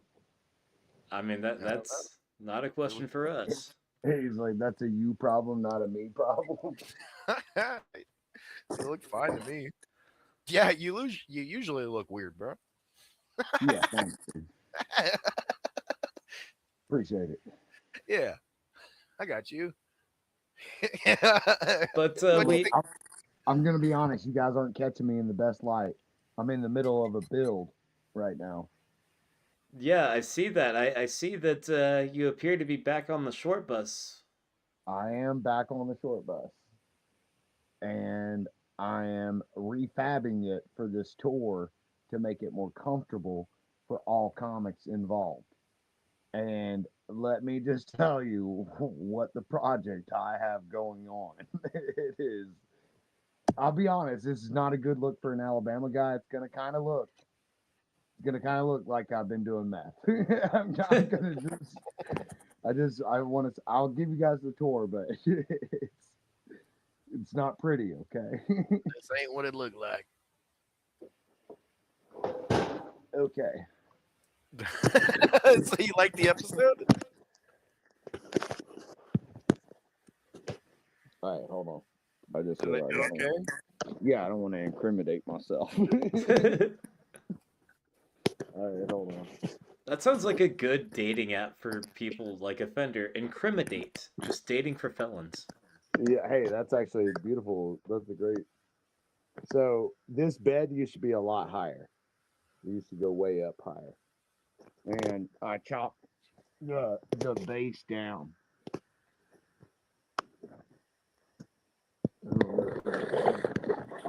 Tell. And then I'm gonna stretch the beds all the way to the back. Damn, right. hell yeah. And then I'm taking out this handicap ramp. That's getting fuck that thing. It's broke every TV I've had. And then, I mean, seriously, dude, I Fuck hate the it. handicap too, right? What now? Nothing. Well, I mean, I am going on the Golden Ticket tour, so it does make sense that I would keep it, but I'm just saying, fuck that thing. I mean, it looks crazy, guys. I understand it looks crazy, but there's a purpose to the madness. And this is the prototype right here. Today's efforts, the prototype. Damn. All right. Love the bed. It makes it to where you can sit down on the bed and your feet. Hold on. Sorry, guys. Your feet will be on the floor. This makes it a lot more comfortable for the rider. That's considerate. That's how thoughtful I am. So exactly how many people are you shoving into that bus for the tour? Yeah, the fucking bang bus, At bro. any given point, there could be a maximum of 8 comics riding to a show. And how many of those 8 are going to be sleeping on the same short bus? No, only 3. I got you. Yeah. What, because the headliners can afford hotels, or? I mean, yeah, those big guys can do all that they want to. I have my own tour bus. Fair. So this thing's gonna be dope, dude. The bed's already being lower. Like now I can see out the window. Oh yeah. Like from back here. So before you couldn't, you're like up high.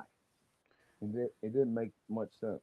But So since you've been back on the bus, like, have you run into any, like, you know, of the street creatures that you had from the last time? Like, had to shoo away any homeless folks? nah, keep a good eye on it.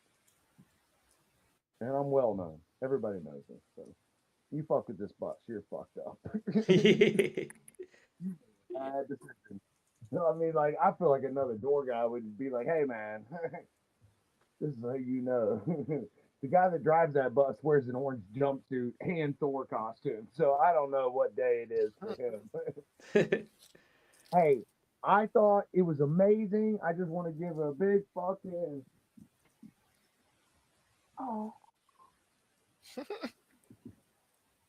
Joke WRLD, dude. That was that's dope, dude. That was it still doesn't feel real to me yet that I I actually. know, dude. Travis, I heard you at the beginning saying like I'm still blown away. And Yeah. I am, man, and I thought it was a fun. It is definitely a long episode. I don't want to keep everybody too late tonight, but just like the after party. Yeah, for sure. For sure. After party with the Offender definitely sounds like the redneck version of a P. Diddy party. I did. What was one of the joke? What's one festival you wouldn't go to? Yeah. I don't know if it got read, but I said Sauced in the City Fest. You want to go through the rest of these concepts? Yeah. Let's start from the top. All right. Well, you just did the top. So the next one after that was the newest addition to Joke WRLD Fest is. Oh, I liked my answer for this, and it was naked midget wrestling. And the reason why I stand behind that answer is because that's one of my favorite barks that I do at shows. When people are walking by, I'm like, "Hey, we got naked midget wrestling upstairs." They're like, "Yeah, you yelled like, that a few times, bro." Pervert, check his phone. I mean, that would get me in. Exactly. Little known fact, I did, and this is like an actual, like, not even joking, I did lose my virginity to a midget. and I wouldn't have it any other I way. mean, bro, just because you were 4 does not make a 5-year-old a midget. I mean, that's crazy. Did you watch the second part of the documentary? Not yet, dude. I've been limited access to technologies at this moment in time. I Technically, right now, I'm at an RV park that I paid for because this guy named Thomas, he's asleep right now, but he looks just like me. All right. That's A crazy. lot like me. Like very, very close. And he has his own school bus, Like- which is dope. More so than your brother, because I remember you were posting pictures of your brother one time, and for the life of me, I couldn't tell which one was supposed to be you. No. Are you talking about just about a month ago when I posted a picture of my brother? It was a little bit longer ago than that, I thought, but Maybe 2 months ago? they're about like. It was at a sign up. That's not my brother. That's Thomas. Oh. It looks just like me. He looks. Is We that the are. guy you're talking about? He even likes fucking old ladies, dude. How about that? That's crazy. All right. The third joke concept. Travis and Herman drink Topo Chico pinky drinks. ... I said several things on this one. I had quite a bit to say. Hey, for one, we'll give a shout out to Body Brain. Oh yeah. Right? That's what you drink? Hell yeah. Hell yeah, Body Brain. That's Skank Fest fucking Louis J. Goes, man. So get those fucking. I need to order some more. Yeah. Made me shit my brains out, but no, I'm joking. I'm sorry, Louis. I'm sorry. I was just joking. It was delicious, though. I loved it at Skank Fest. It was the Coke that made me shit my brains out. All right. Fourth joke concept. Hold on. I also said that he drinks the blood of women who beat his ass. Well, you have to. You just gotta suck it up, literally. Yeah. He gets it from their tampon. He calls it a blood sickle. Bro.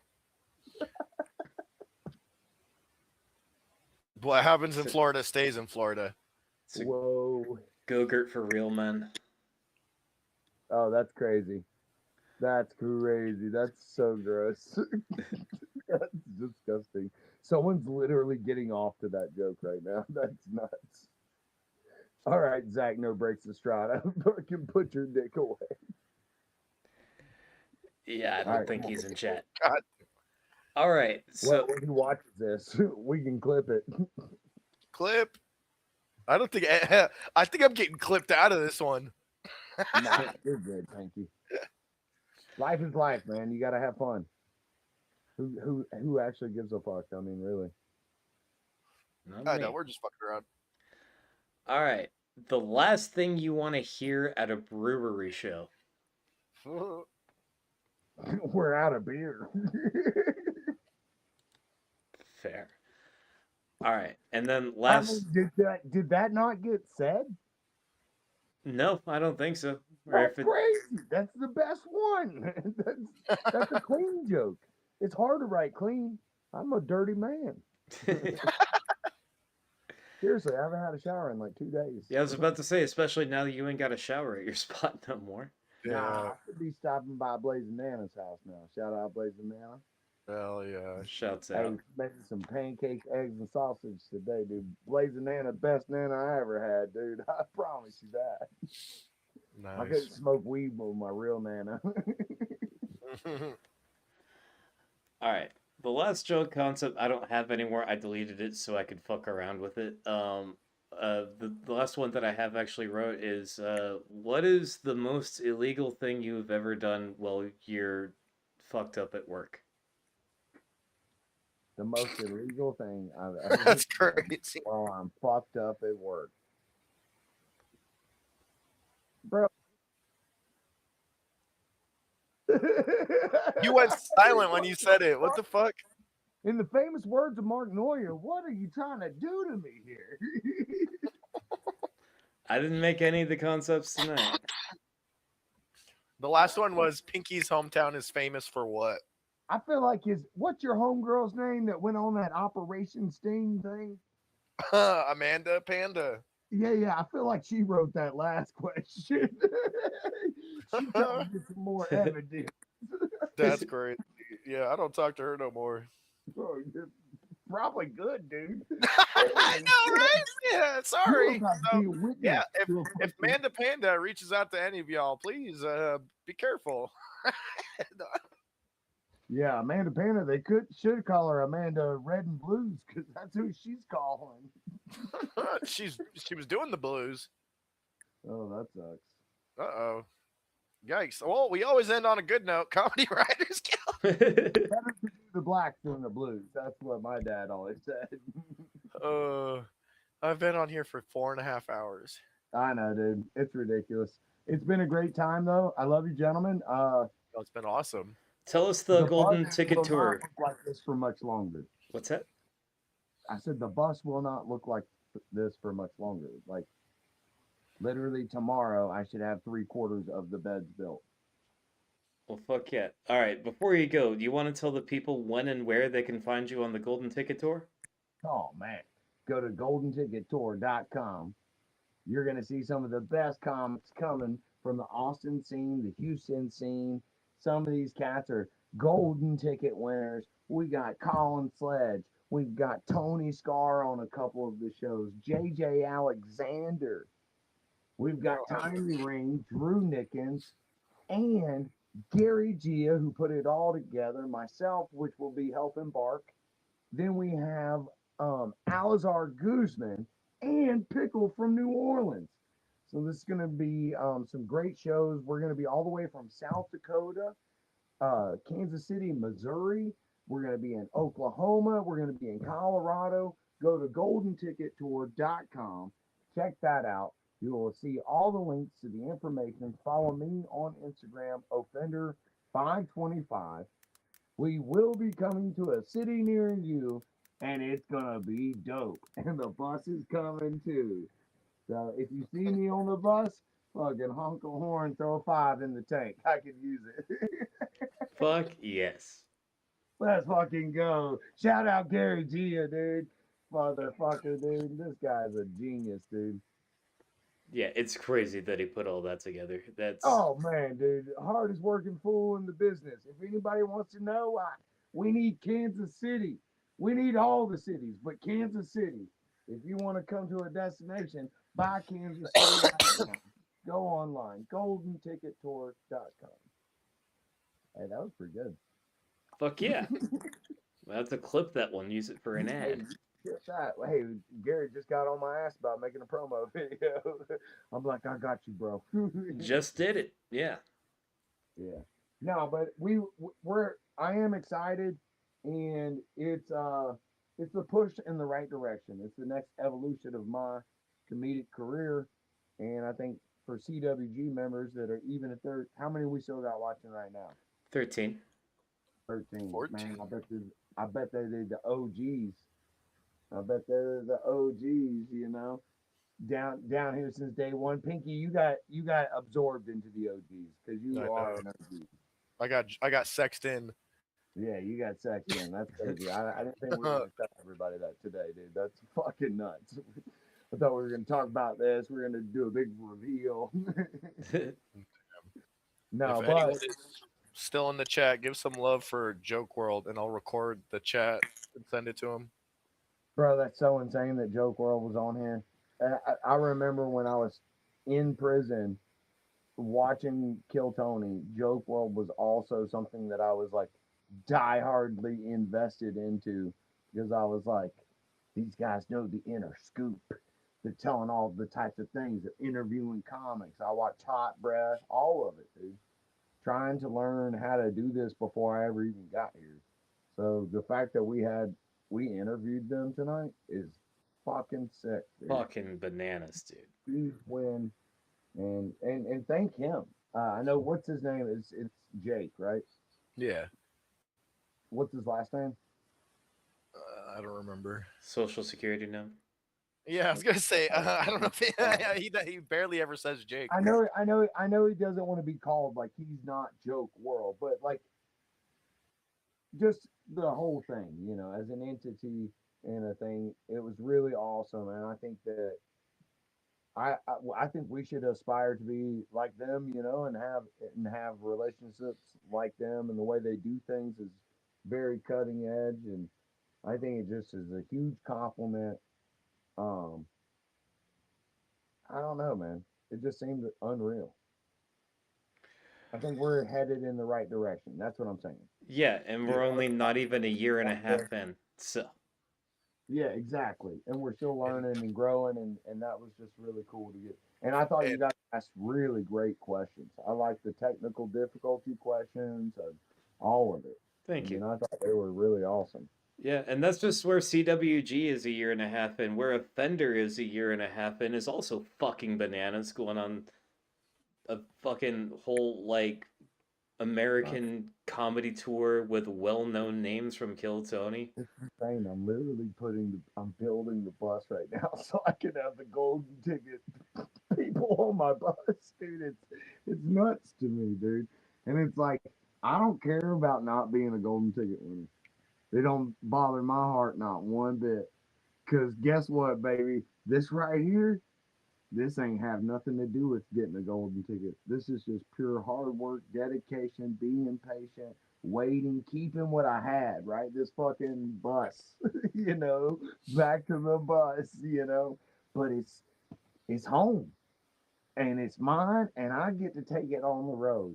And from 5 years ago, I was in prison, dude, thinking about this and dreaming about it every fucking day for 4 years in field practicing jokes every day, watching every Joke World podcast or every comedy podcast that I could, so I could learn the lingo, so I could understand what am I fucking getting myself into, and still dedicating myself every day and practicing while I'm working, and then come here. Do it for 9 months. Leave. Come up with a plan. Get the apartment. Come back. I said, hey, I want to do bigger venues. I want to get out of barking and more into hosting. And I've accomplished all of that. I've done every bit of that. And now it's time. It's that fucking time. Let's take this shit on the fucking road, dude. If legends are gonna be made, they don't get made by sitting at home getting coddled to what you're already used to. You gotta go out on the fucking road and you better put your shit to the fucking test. Sorry, Joey Diaz came through. I don't know what the fuck that was. Hell yeah. Well, I'm fucking loving it, dude. Year and a half in, this where we're at. Another year and a half. Fucking Oh, bro. couldn't imagine. My goal right now for the first 3 years is just find the funny. I don't give a fuck about nothing else. Let me just find the funny. Everything else, opportunity, all that will come to me. I'm naturally made in that way. Let me be funny. That's what I care about. Fuck yeah. So I think at the end of the day, Alzar Guzman said it best. The guy that's coming on tour with me, he showed me this video where he's sitting on the beach and he's like 27 years old, and his friend just like happened to catch this clip, and he's just like, I'm a stand-up comic and this is what I fucking do, and ain't nothing changing. It's just who I am, and there's nothing I can do differently, and that's just how I feel about it. I'm convinced I will figure this craft out. I'm gonna learn how to make people fucking piss their pants, and I'm gonna talk some shit. Because it's what the world needs. I mean, shit, look at these guys. They're fucking, well, it's the world crazy. To say the least. I put $50 in the bus the other day. I got a quarter tank. Okay, there's some shit that is not right. Yeah. Surprised it got you that much, honestly. It's a quarter tank. $50 don't even fill up my 12-gallon engine. Dude, I'm waiting on the stickers of Trump that says, my bad. You know, like the I did that, the Biden ones. I've already seen it. It's already out there. My bad. So what's the last joke concept of the night?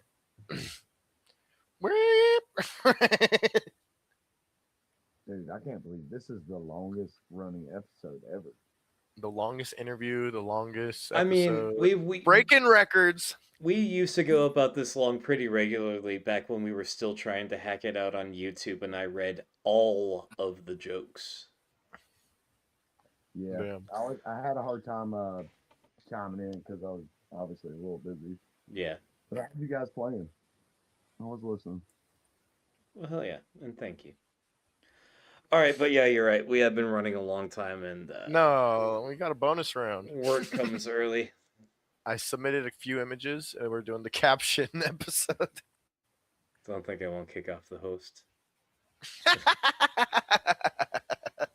It's honestly, that'd be the funniest Either thing. way, I do hope everybody has a really good night. Please go and share any of my posts about this tour, guys. It does help us out a lot. Comment on it, like it. It helps out a ton, and we could really use the help. And no matter where you're at, if you have friends that you know are in South Dakota or anywhere, please, for the love of God, go share our stuff. Hell Make yeah. this tour worth it for us. We want to come make you laugh. We got some really great comics. I mean, honestly, we have an incredible lineup. It's really impressive. So, and you never know what to expect. I mean, it's gonna be some wild shows. So, Oh, yeah. Share button, guys. It's there for a reason. Use it. Support your friends. yeah, just from your friendly neighborhood positive piehead offender. All right, guys, I love y'all. Love CWG for life, man. All right. Oh yeah, brother. Peace and love, bro. Well, Pinky Pod on YouTube, .skank on Instagram. Everyone who's in here probably already knows.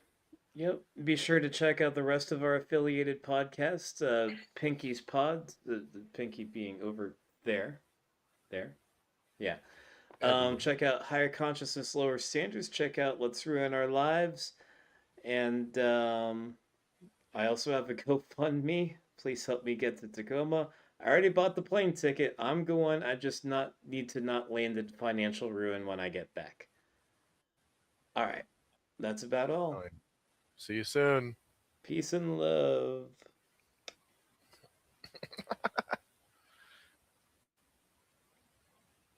Could you call them a bunch of cocksuckers for me? They're all a bunch of cocksuckers, but they did a great job tonight. That's right. I love you, You brother. did a great job. Love you, Joey.